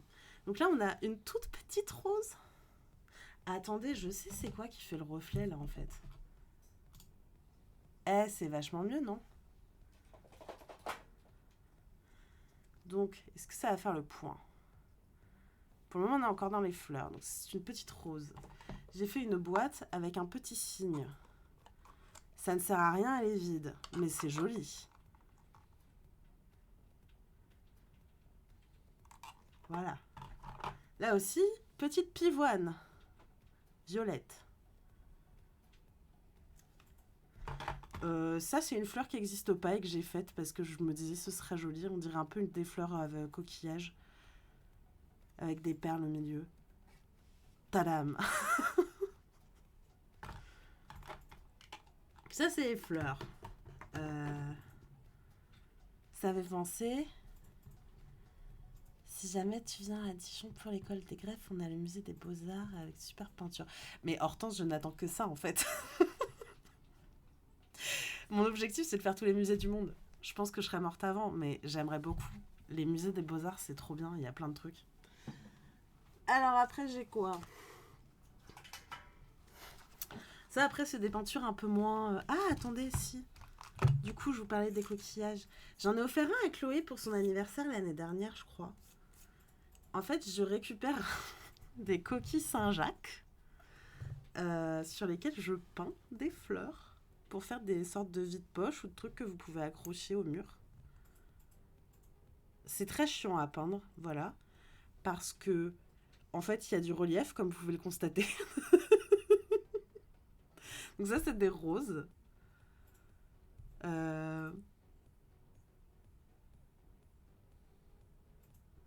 Ah mais Hortense, de toute façon, c'est complètement l'inspiration. Comme je disais, pour mes peintures, je m'inspire beaucoup de la porcelaine de Limoges avec des fleurs. Donc oui, je le prends très bien. J'adore faire des trucs de grand-mère. Et donc, ça, c'est les petits coquillages. J'en avais fait plusieurs, mais j'en ai vendu deux. Et il me reste celui-ci. Et en fait, c'est tout. C'est le dernier qui me reste. J'en ai fait 5. Il faut que je m'y remette à ça aussi, mais bon. Alors après, j'ai fait une série d'ex-voto sur le thème de l'endométriose. Il fallait bien que je mette mes douleurs dans quelque chose. Donc là, c'est un cœur sacré, mais du coup pas sacré, que j'avais peint. Alors le fond est doré, hein, je sais pas si ça se voit bien.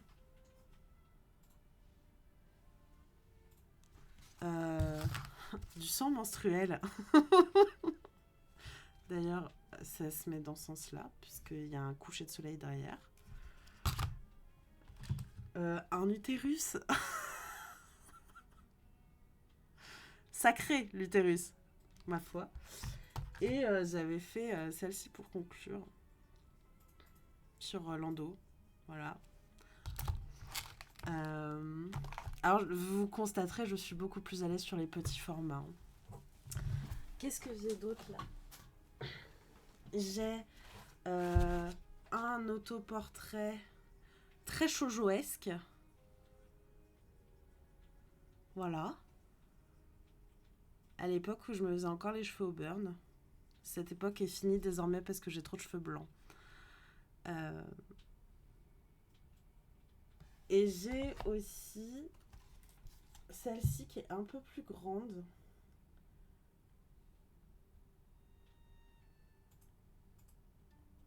Donc je sais pas si on voit bien.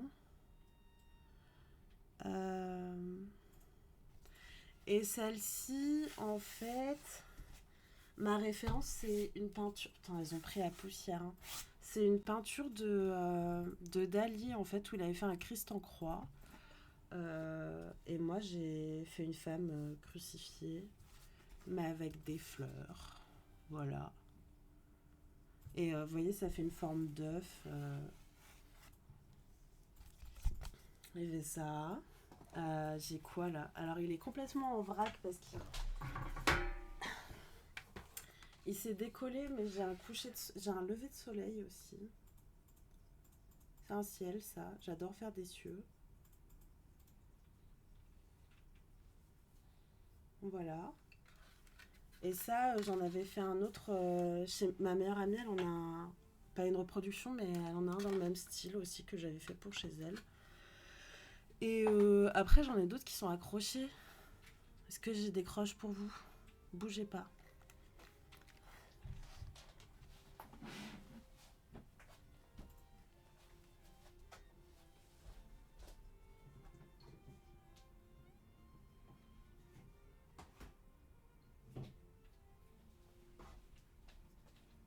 Coucou Lunette.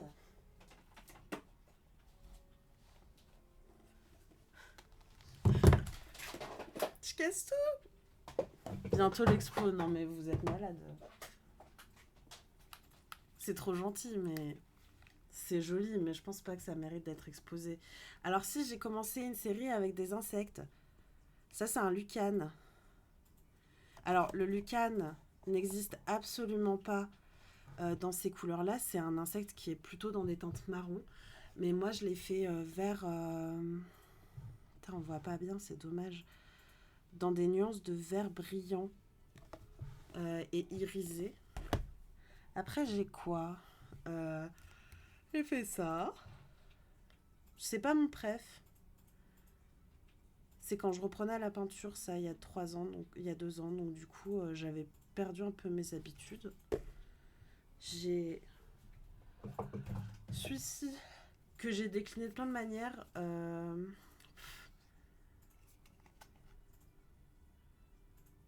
C'est un coucher de soleil avec des roses qui tombent. C'est inspiré du printemps de Botticelli. Ou en fait, je sais pas si vous voyez, mais dans la peinture du printemps de Botticelli, il y a des fleurs, des pivoines, je crois, qui tombent du ciel. Enfin, j'imagine que c'est le vent qui les amène, etc. Et donc, c'est un motif que j'aime beaucoup et donc que je reprends souvent. Et j'ai fait une grosse tulipe aussi. Voilà.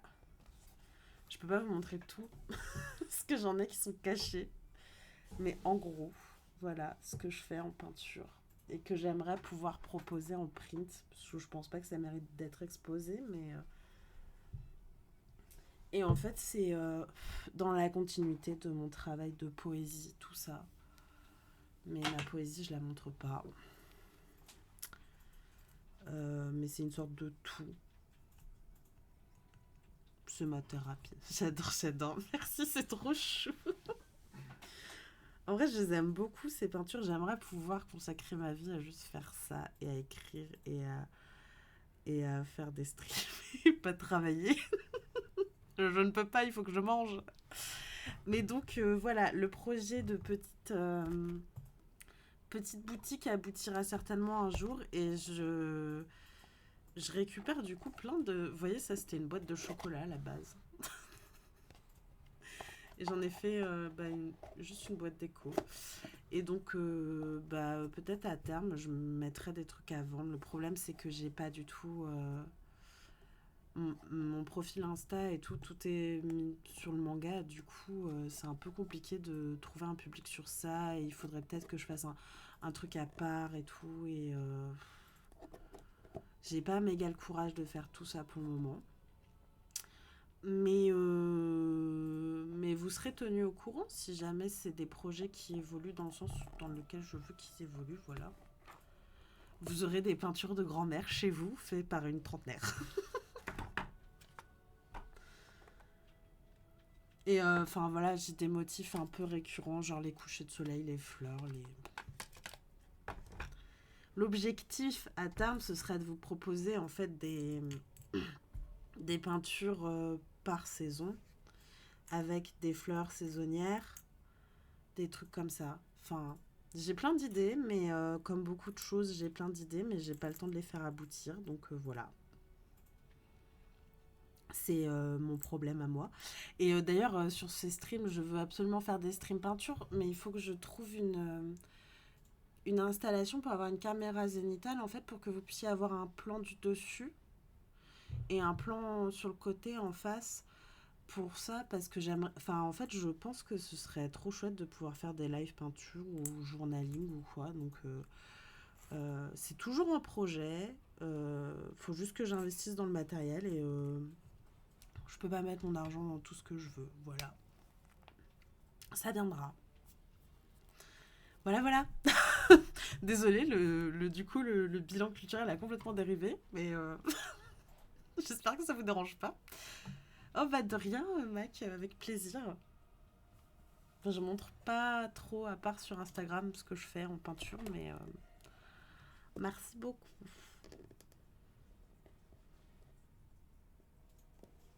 Moi, j'aime trop faire ça. C'est noté, Hortense. Faut que j'en refasse, j'en ai plein en plus des coquilles Saint-Jacques à la maison. Faut que j'en refasse. J'en avais fait un à Chloé, je sais plus quelle fleur j'avais fait à Chloé. Je crois que j'avais fait des roses. Des roses pâles, vraiment, je crois. Et j'avais fait des tulipes, j'ai fait des pensées. Euh, Mais voilà, après, vous savez, le problème aussi qu'il y a, c'est que je sais pas quelle valeur ces choses-là peuvent avoir et combien les gens sont prêts à mettre pour payer des choses sur lesquelles je passe peut-être 5-6 heures, quoi.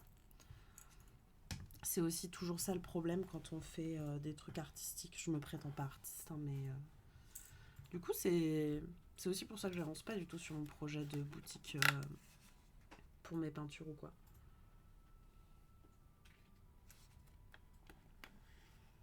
Ça viendra. Écoutez, voilà. Tu peux commencer à prix libre.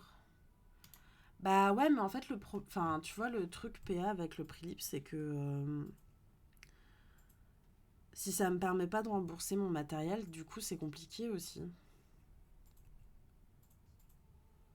Parce que l'air de rien, quand tu produis quelque chose pour un hobby, genre, tu vois, genre quand je fais mes peintures juste pour moi, je m'en fous de mettre de la thune dedans. Par contre, si il faut que je paye un imprimeur pour les prints, que je paye les envois, que je paye les colis, parce que l'air de rien, bon, bah, je vous envoie pas ça dans une simple enveloppe. Je me sentirais extrêmement mal de faire ça. L'air de rien, ça a un coût, tous ces trucs-là, et du coup, prix libre, c'est compliqué, quoi. Faudrait que je regarde combien les gens sur les petits artistes indés vendent leurs trucs, en fait. Demande à Théo. Ah oui, t'as raison, Chloé. C'est vrai, je pourrais demander à Théo. Mais après, moi, enfin, c'est un projet que j'ai, mais je suis pas sûre que je trouverais beaucoup d'acheteurs aussi pour ça, quoi. Oui, c'est vrai, faudrait que j'en parle à Théo, c'est pas con.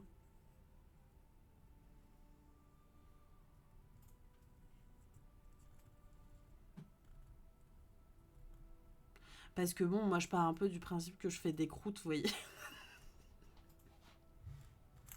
Je me dis pas, genre, ouais, ça vaut plus de temps ou quoi, enfin. Et en même temps, j'ai des amis artistes et. Oui, non, t'as raison, Chloé, c'est vrai. De toute façon, je pense que ça arrivera pas demain, hein. Faudrait. J'ai d'autres objectifs pour le moment. J'ai plein de trucs à faire aussi. Le problème, c'est que je fais toujours 50 trucs en même temps, quoi. Mais ça, vous le savez. C'est d'ailleurs bon signe quand je fais plein de trucs en même temps. Ça veut dire que ça va. Donc voilà, je me suis engagée auprès de vous. J'ai combien de trucs à lire du coup? 1, 2, 3, 4, 5, 6, 7, 8, 9, 10. En vrai, faisable.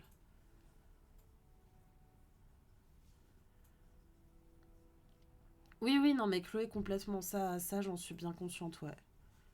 Bah, c'est pour ça d'ailleurs. Oui, oui, oui, ça, oui, je suis d'accord avec toi. Bah, de toute façon, d'ailleurs, c'était pour ça, ça m'avait fait rire. Si vous me suivez sur Instagram, bon, vous savez sûrement que je fais de la couture. Et je me fais beaucoup de robes et j'aime bien vous les montrer sur les réseaux sociaux. Et je me souviens qu'on m'avait envoyé un message. en me disant tu la vendrais combien ta robe? Et bah, tout calcul fait, ce serait 150 balles. Et on m'a dit jamais de la vie je paye une robe 150 euros. Bah, c'est le prix d'un vêtement artisanal fait à la main, d'un vêtement doublé sur lequel tu passes 8 à 10 heures en fait. Et encore 150 euros, c'est peut-être pas si cher. Donc oui, là-dessus, je sais. Surtout que je sais le temps de travail, quoi.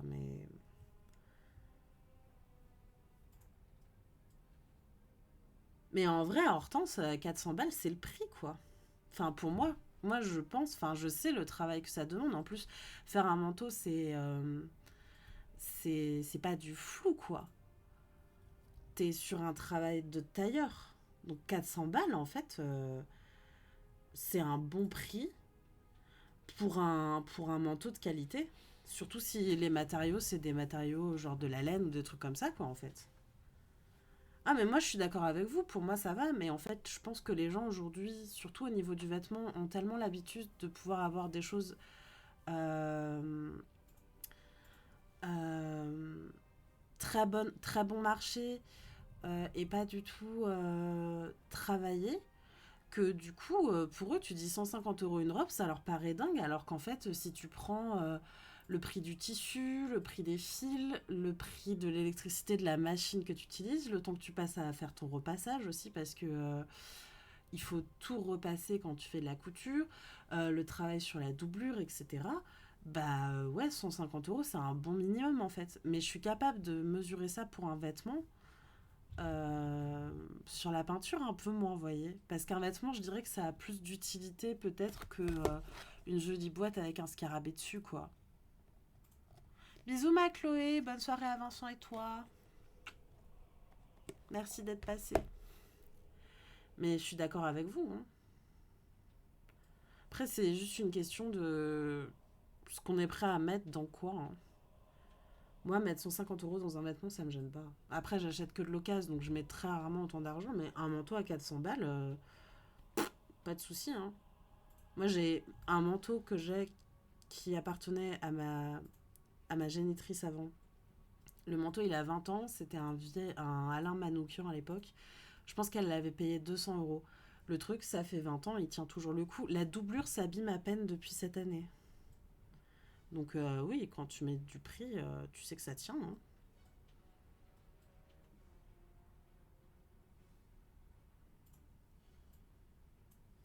Mais chacun voit midi à sa porte. Et je peux comprendre aussi les gens qui veulent pas mettre trop d'argent là-dedans, hein. Mais bon. Anyway, on est complètement sorti du cadre de bilan culturel. Allez, je vois que les gens filochent et moi aussi je commence à être fatiguée. Je vous souhaite une très bonne soirée. Merci d'avoir été présent et présente ce soir comme toutes les semaines. Du coup, on se retrouve la semaine prochaine. On fait la Source List, le Requiem du Roi des Roses. Euh, J'espère que vous êtes prêts et prêtes. On va bien se marrer. Comme d'habitude, nous ne jugerons qu'au physique. Euh, et voilà. Sur ce, je vous souhaite une très bonne soirée. Prenez soin de vous et passez une très bonne fin de week-end. Salut, salut.